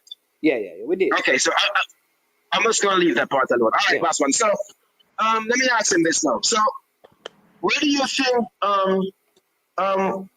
Where you think we're gonna go right now? Westmoreland is headed right now. What you think need to be done? I think we're heading. We continue on the path, and we're heading in the right direction. We just need now. I just said, I cried out. We just need to come together and unify and support each other, and we can accomplish so much. But I think we are still on track.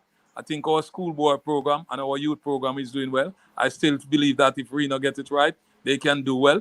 The talent is here. It's not a problem. It's just to harness it, mold it, structure it, and I think Westmoreland football will be back on top. Okay, all right, sir. I appreciate that. My name's man. Yes, This sir. one is for you, sir. Yes, sir. I heard you said right that you play for school, you play primary, you play corner league, you play all that stuff, right? Yeah, man. Yeah, man. The coach that used to coach you back then, right? Did Yeah. any of these coach have any farmer certificate that you know of now? Wendell Donzel is the technical director. So Wendell Donzel have lots of qualification. I think he's even qualified. Done So lots. I coach you too, and I have a lot of And qualification. yeah, and Coach Tomlinson. so Yeah. how do you select coaching now, at the youth level In Westmoreland, compared to when you that play football? Yes. what I will tell Compared you to is when that, you that play football. truthfully, I mean, they will tell you that it's long time I've left there, long time. I visit every now and then. But what I will say though Yeah. is that I know that I think it is absolutely unbelievable that I don't think Westmoreland plays a total of 4 months of football if you add all the levels combined. When I lived in Westmoreland from January to, in fact, let me tell you this. Hold on a sec. We're getting a feedback. Let me see if he's here. Hello? Yeah. When I lived there, I would play. In fact, let me tell you, when I moved to Kingston and I came to Westmoreland, I could play like 4 corner leagues in the parish if I wanted to. Because there were so many different corner leagues going on, age group competition going on. The point I'm making, I believe that 4 times more football was being played. So even if you don't have the best coaches, the kids were playing football way more. I think the biggest hit they have taken is that the fields are not good enough. I can tell you that, some of the fields, there's a field like in a place called Georgia Spain. You can't go back there. No football can play there unless them just start fix it. No football can play at Frome unless them just start fix that. I heard that they fix up a place called Newmarket Oval. There's a field down by a place called Big Bridge. Don't know if that field is still operational. There was one called up by Mint Road in Grange Hill. There was one called what's the center name? There's a next one in Grange Hill. I don't know that these fields are even the one up in Deans Valley and Petersfield. I don't even know that some of the fields people can actually play football on them anymore. So they may be even losing some of the fields they have because no football is being played. I don't know. Okay, so I mean, so that's a major contribution, you think? well, if you don't have any place to play football, we're going to play. I mean, let me ask somebody. I mean, what are the fields? How many of the fields are you can play football on? No, Mr. Williams. Well, to my understanding, you're talking about Belial in Grangeville. Yeah, and there's a field by That Mint Road, right? Okay. a Mint Road field is now like a walkthrough area, like a cow pasture. But the field by Belial, I get to understand that SDC has taken over that field and they're developing that area. That's my last understanding of that. In terms of the Petersfield, I know Petersfield, the corner league field that you're talking about on the scheme, that is just been used for corner league, and you know what, Cowan's so tired out for you anyway. But Petersfield High School has a field. It's not 100%, but they're doing their utmost best with it. Frome has now their own field on the school compound, which they have done a great job with that as well. Newmarket Oval is in good condition, but the rest of the fields are just bad for football. Oh, Landale, you know, is probably the best field in Westmoreland right Yeah. now. So there you go, Carlo. Yeah, man. So, I'm gonna say one last thing and then I go. This reason why I asked this, I remember one time for 10 years, right? The Premier League did not come to Kingston. It was in the country, mostly Westmoreland. It was Reno, Seba, Wadada, and Violet Kickers, you know? But to see, it just turned and the West just becomes so terrible. Something really, really, really gone wrong. And it's not good with football in Jamaica. All right, gentlemen. All I right, must now listen to you guys. Close up the respect. show. Yeah, man, Respect, man. respect. Yeah, man. All right. So see, Senate, Parky Senate, says, Parky, Senate. says- hold on there. Parky says, low ground field is a disgrace. Daniel Smith says, Hatfield Field is a cow pen now. This man says, center, Grangeville, a bush. Go ahead, Sir Williams. Oh, I just wanted I wanted to interject from Mr. Wallace was online because he said something about they can pick up any team from Jamaica and beat these teams over here. I'm not saying that we can't, and I did not say we haven't, because the under 17 came here this year and they've defended their title. They have won their title. They've defended their title. They're champions again. They have played some other clubs outside of that competition, and they're doing very well. As a matter of fact, the only game that they have lost since they've been here is to PSV. Yeah. The under 15 has been doing very well. They came third last time they were here. They came fifth. This year they came third, and Kaje Williams has been consistently scoring. He's gone over, I think, 8 goals or more since he's been here. So these kids are doing very very well. You have a guy, I think he's from KC, that plays with the under 17. I think his name is Tommy. Doing very well. Like, the kids are doing well here. It's just that I'm not saying they're not doing well. I'm saying the standard and the facility provides better development for football. Yeah, you're absolutely right. You're absolutely right, man. Coach Tomlinson, I know we have been a while. I hope the people have heard the plea. Like my whole thing is that because we're going to close this out. Bigger Parky, is that listen that there it cannot be that you have persons. You was a part of the chairman of the technical committee. Donzel is the technical director, and we're not producing any footballers down there to go. You understand me? So I trust that both of you will come together. You have the goalkeeper coach Wedderburn. You have Davian Ferguson, who is from Westmoreland. You have Kevin Williams. You have Omar Rambo Wedderburn. He's an ex Westmoreland. You have Patrick Graham. All of these people. And look at the state of the football. So there must be a way to see if everybody can come together to make it better. And that is my plea. I'm going to do my part, because after the Easter holiday, I'm going to come down there. I hope there's going to be, we're going to come to a school. What's the name of the school? Jardis Plain. We're going to go Jardis Plain Primary and Unity Primary and leave probably a ball or two and some soccer shoes to the youth them so the youth them can play ball. Just play ball again. You understand me? And I encourage others of you get some football shoes and just give the youths them and throw some ball, give them let them kick some ball because it is a sad state of reality. Mr. President, you have to get the people together. You understand me? The onus is on you. Everything rise and fall on leadership. And if you take the credit, you must also take the blame. Understand me? But yeah. But I give you your time to close. I don't know if you have So anything you want. while we welcome you in the parish, you're visiting the schools. We would love for you because we want to have an under 13 competition in the parish for the kids during the summer. Yes.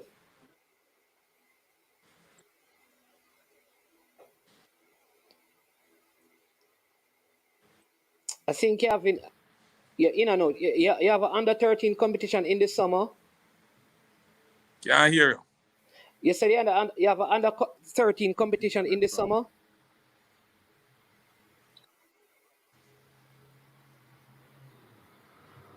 I think the internet is not so good on your side.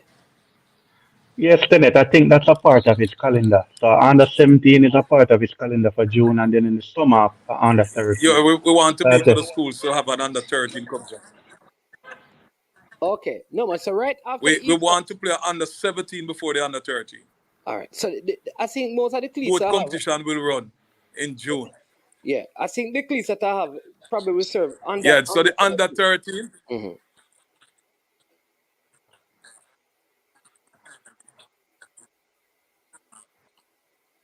I don't know. There's a delay on one side. I don't know if it's on probably on your side.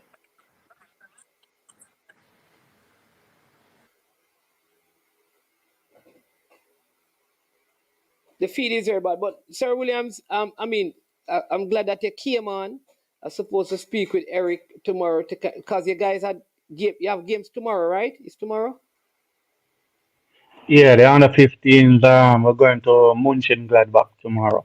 Yes, yes.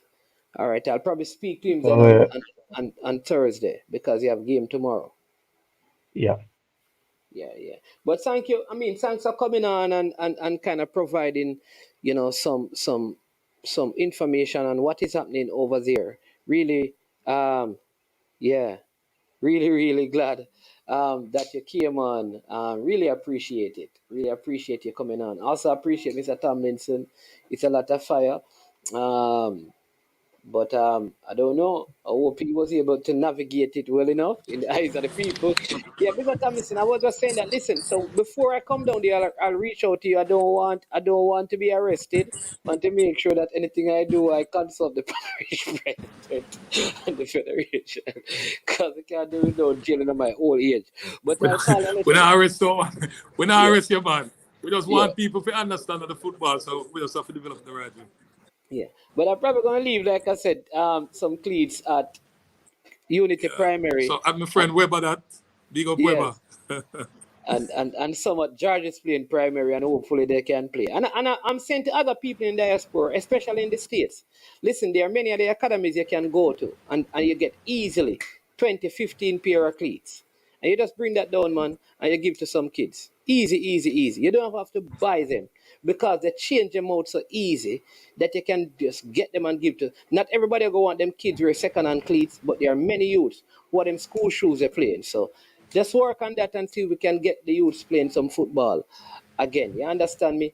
Coach Tomlinson, thank you for coming on. Well, I really appreciate you. before we go, Go ahead, go ahead.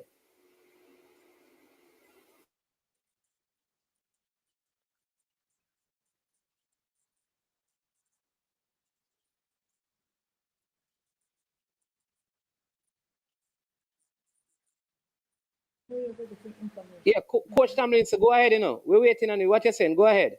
yeah, We're not. before you go, I just want to use the opportunity to thank you very much and to reach out to all the listeners right across the world to say that the Westmoreland footballers then is in good stand. We're just hoping that this year we'll have a representative in the form of Reno FC represented us so we can go out and support it. I said I just want to use the opportunity to thank you and everyone. Yeah, man. So what we want this year is that Westmoreland will get back on track as long as Reno FC willing to play and go out there that the fans can support and the people in Westmoreland can continue to give their full support behind them. Let's build this product, build the movement, and continue the development of the sport throughout the parish. The parish has been doing well over the years. We have never fallen. We have always qualified for any JFF competition. In youth competition, we're always in our top 4 in our country.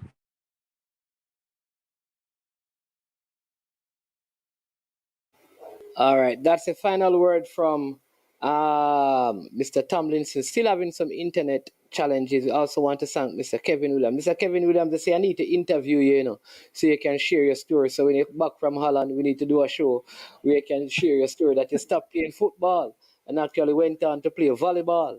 That'd be yes.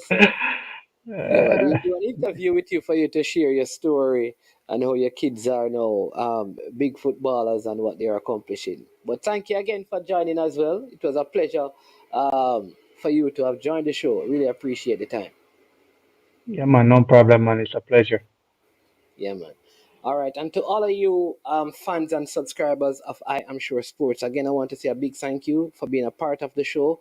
It was a pleasure being with you for these 3.5 hours. It was indeed lots of things that you can take, you can dissect, you can add your own twists and turns to it.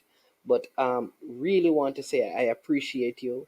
Appreciate Mr. Tomlinson taking the time to spend 3 hours of his day discussing this with us.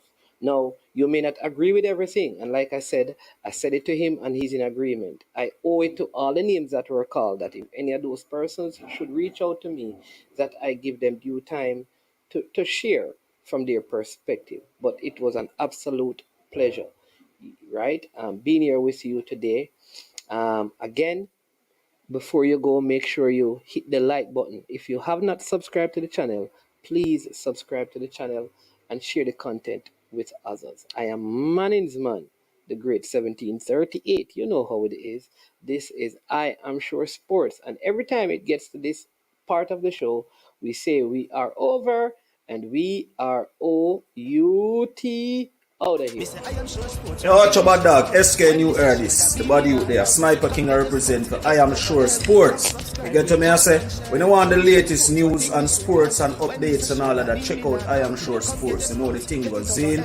Remember, you cover the whole island. Remember Kingston, Westmoreland, Galchester, Ocho Race, Galtigo Bay, everywhere. I Am Sure Sports. Check it out for the latest news and latest updates. Sniper King I represent. Where them feel like? Ha! Yeah, someone on for the food from we young, from we there, you need height. I Am Sure Sports. Yeah, dog.